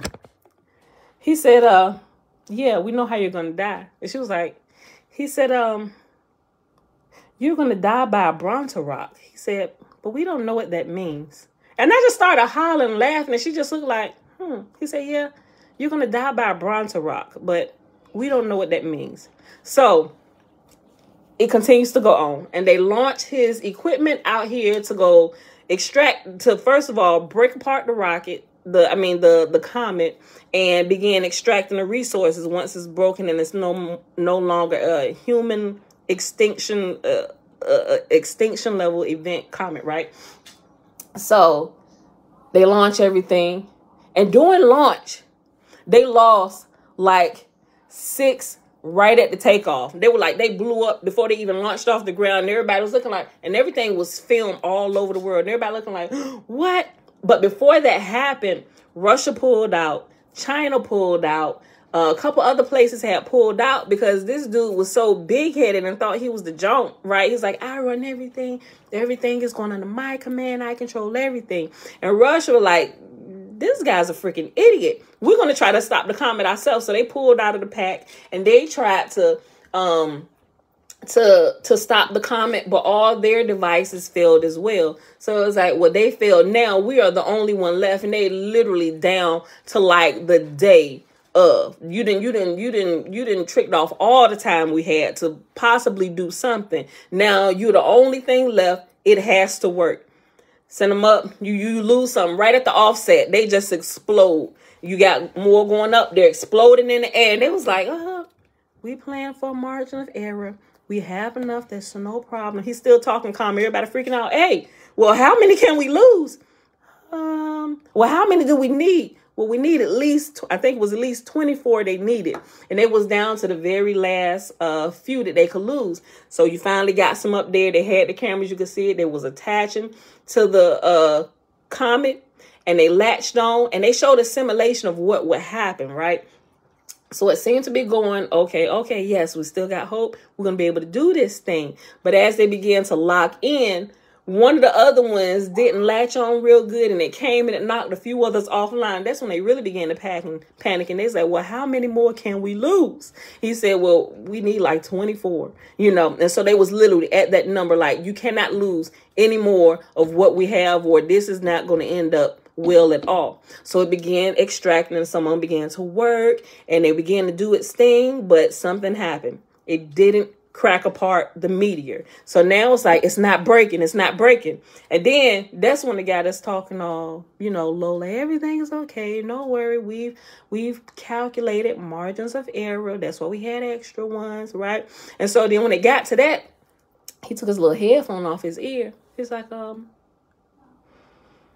he just kind of got quiet and looked around. Okay, give me a second. Let me just go relieve myself, and I'll be back in a few minutes. So he said, I got to go to the bathroom. Let me think about this. This is cool. We've calculated this. I'll be right back. So he got up to go to the bathroom. The president looking like, I'm going to go to the bathroom too. It's a good time to take a bathroom break. I'm going to just go ahead and go. Right? And so people around there, okay. And her son sitting there. She's coming back. Everybody take a bathroom break. Get a snack or something. We're going to finish this up. But they didn't come back.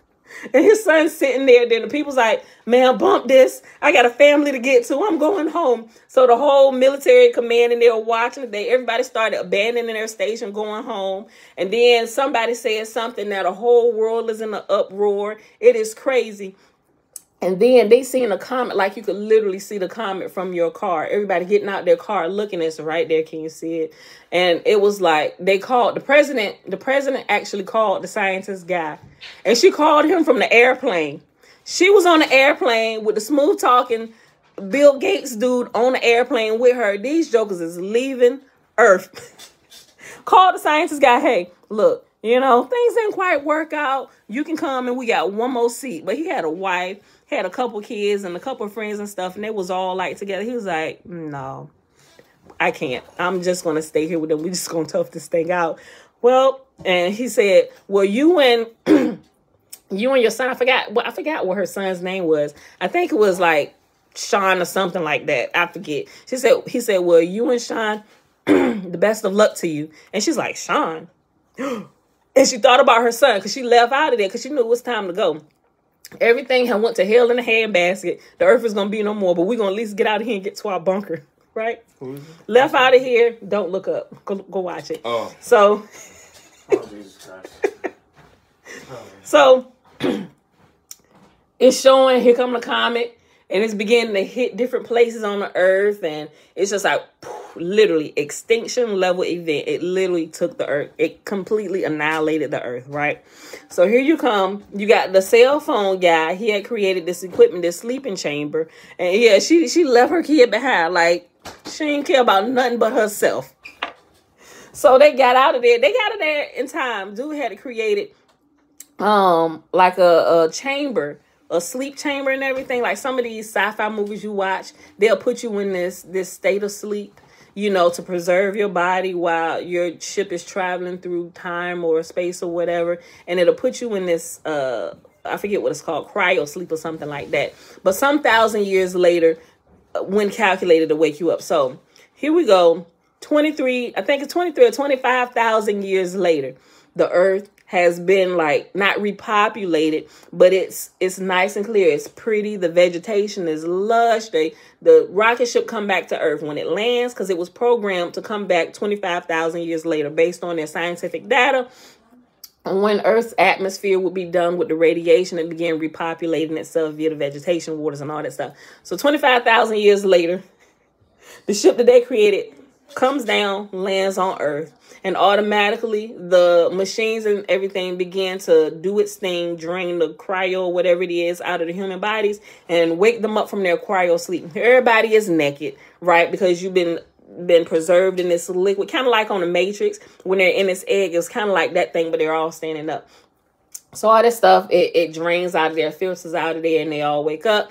The latch is open, and they all naked, walking out of their little eggs and stuff, and they leaving out, and they walking out. So you got, it's like a whole Adam and Eve scene, right? It's like a nudist camp.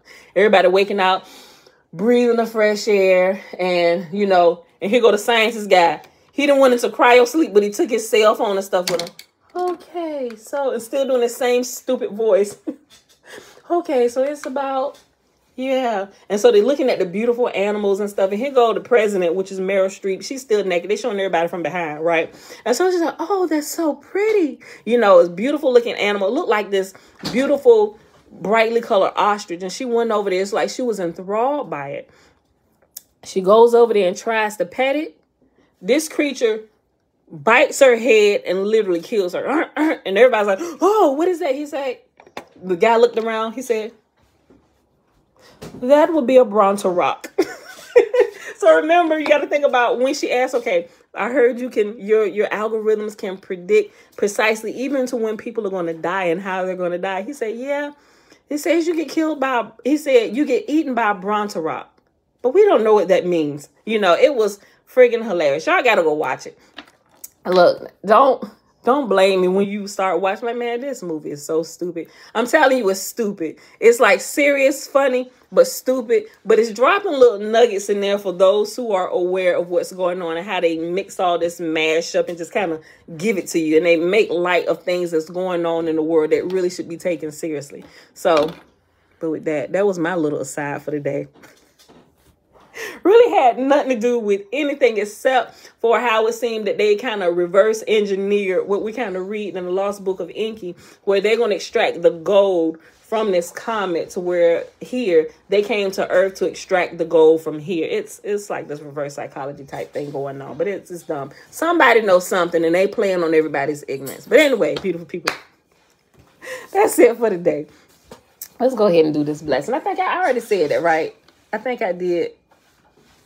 Let me do it again. I didn't talk so much. I forgot. It is Tuesday, February the 1st, 2022. Day number 19 of year 4, reading through the books of the law and the prophets. And of the 4-year consecutive day count, day 1037. We read tablet 3 of the Lost Book of Enki. And we read a couple more pages of My Big Toe in chapter 19, pages 132 through 134. We'll pick it up tomorrow. With that being said, Bella is upstairs. She got my stuff, and it's going to be hard to call her. Hold on. So let's go in here and go to the blessing. Angela, shalom, shalom. It was a good aside. Jen, shalom. Good morning. Hold on, put my thing up. All right, y'all. So let's do this blessing. Found in Numbers chapter 6, verses 22 through 27. And Yahuwah spake unto Moses. Oh, you're here. Come on. I got you. Come on, girl. Yeah, she scared the crap out of me. My lips. Let me see. Oh my gosh, yes, you need some car mix. Girl, hop down. Hold on. Let's see how she just screamed. She be taking this blessing seriously. Hold on, y'all. She came back right in time. I ain't call this just she know it. Like she felt it down in her shana now. It was time to come on down. I was going to I got you. Yeah, you got me. Mom, me and you can make a birthday cake for Nani. Yeah, we need to take one over there. We said we was gonna take it. We'll make it today. Take it to Nani today. Okay. All right, y'all. She watching for my foolishness. She felt it deep down in her shana. She really did. Okay. Mom, what's right here? Oh, girl, what is you doing? What's right there? Those are videos that I downloaded. Hold on. Hold on. Right here. Okay. Making a face. Okay. And Dad just do this like this. All right. Look. The blessing. Found in Numbers chapter 6, verses 22 through 27. And Yahuwah spake unto Moses, saying, Speak unto Aaron and unto his sons, saying, On this wise ye shall bless the children of Israel, saying unto them, Yahuwah will kneel before us, presenting gifts, and will guard us with a hedge of protection. Yahuwah will illuminate the wholeness of his being towards us, bringing order, and he will provide us with love, sustenance, and friendship. Yahuwah will lift up the wholeness of his being and look upon us, and he will set in place all we need to be whole and complete. And they shall put my name upon the children of Israel, and I will bless them. All right, beautiful people. You got this all around your face, girl. Rub it in. It's all around here. Mom, we didn't do this. She scared me too. She said, Mom. Mom. Okay, y'all. Let's go. All right. I love y'all. See y'all back here tomorrow morning, bright and early. 7:15 a.m. Eastern Standard Time. Mom. Phone line just got here. No, Food Line did not come here. That was Jeremiah's driving instructor. Okay. Where is all the snow? The snow is melting, girl. The snow is melting. All right, y'all. That's it. We out of here. Shalom, shalom. See y'all tomorrow. Mommy, bright and early, 7:15 a.m. Eastern Standard Time. Bruce. Okay, Joy, I'm going to look. Mom. Yes, girl. Eat this. You can make Jolie. me a smoothie. Mom. You can make me a smoothie. Yes, I can make you a smoothie. Bye, Mom. All right, y'all. Nani said bye, Bella. Please. Bye, y'all. Bye, Nani.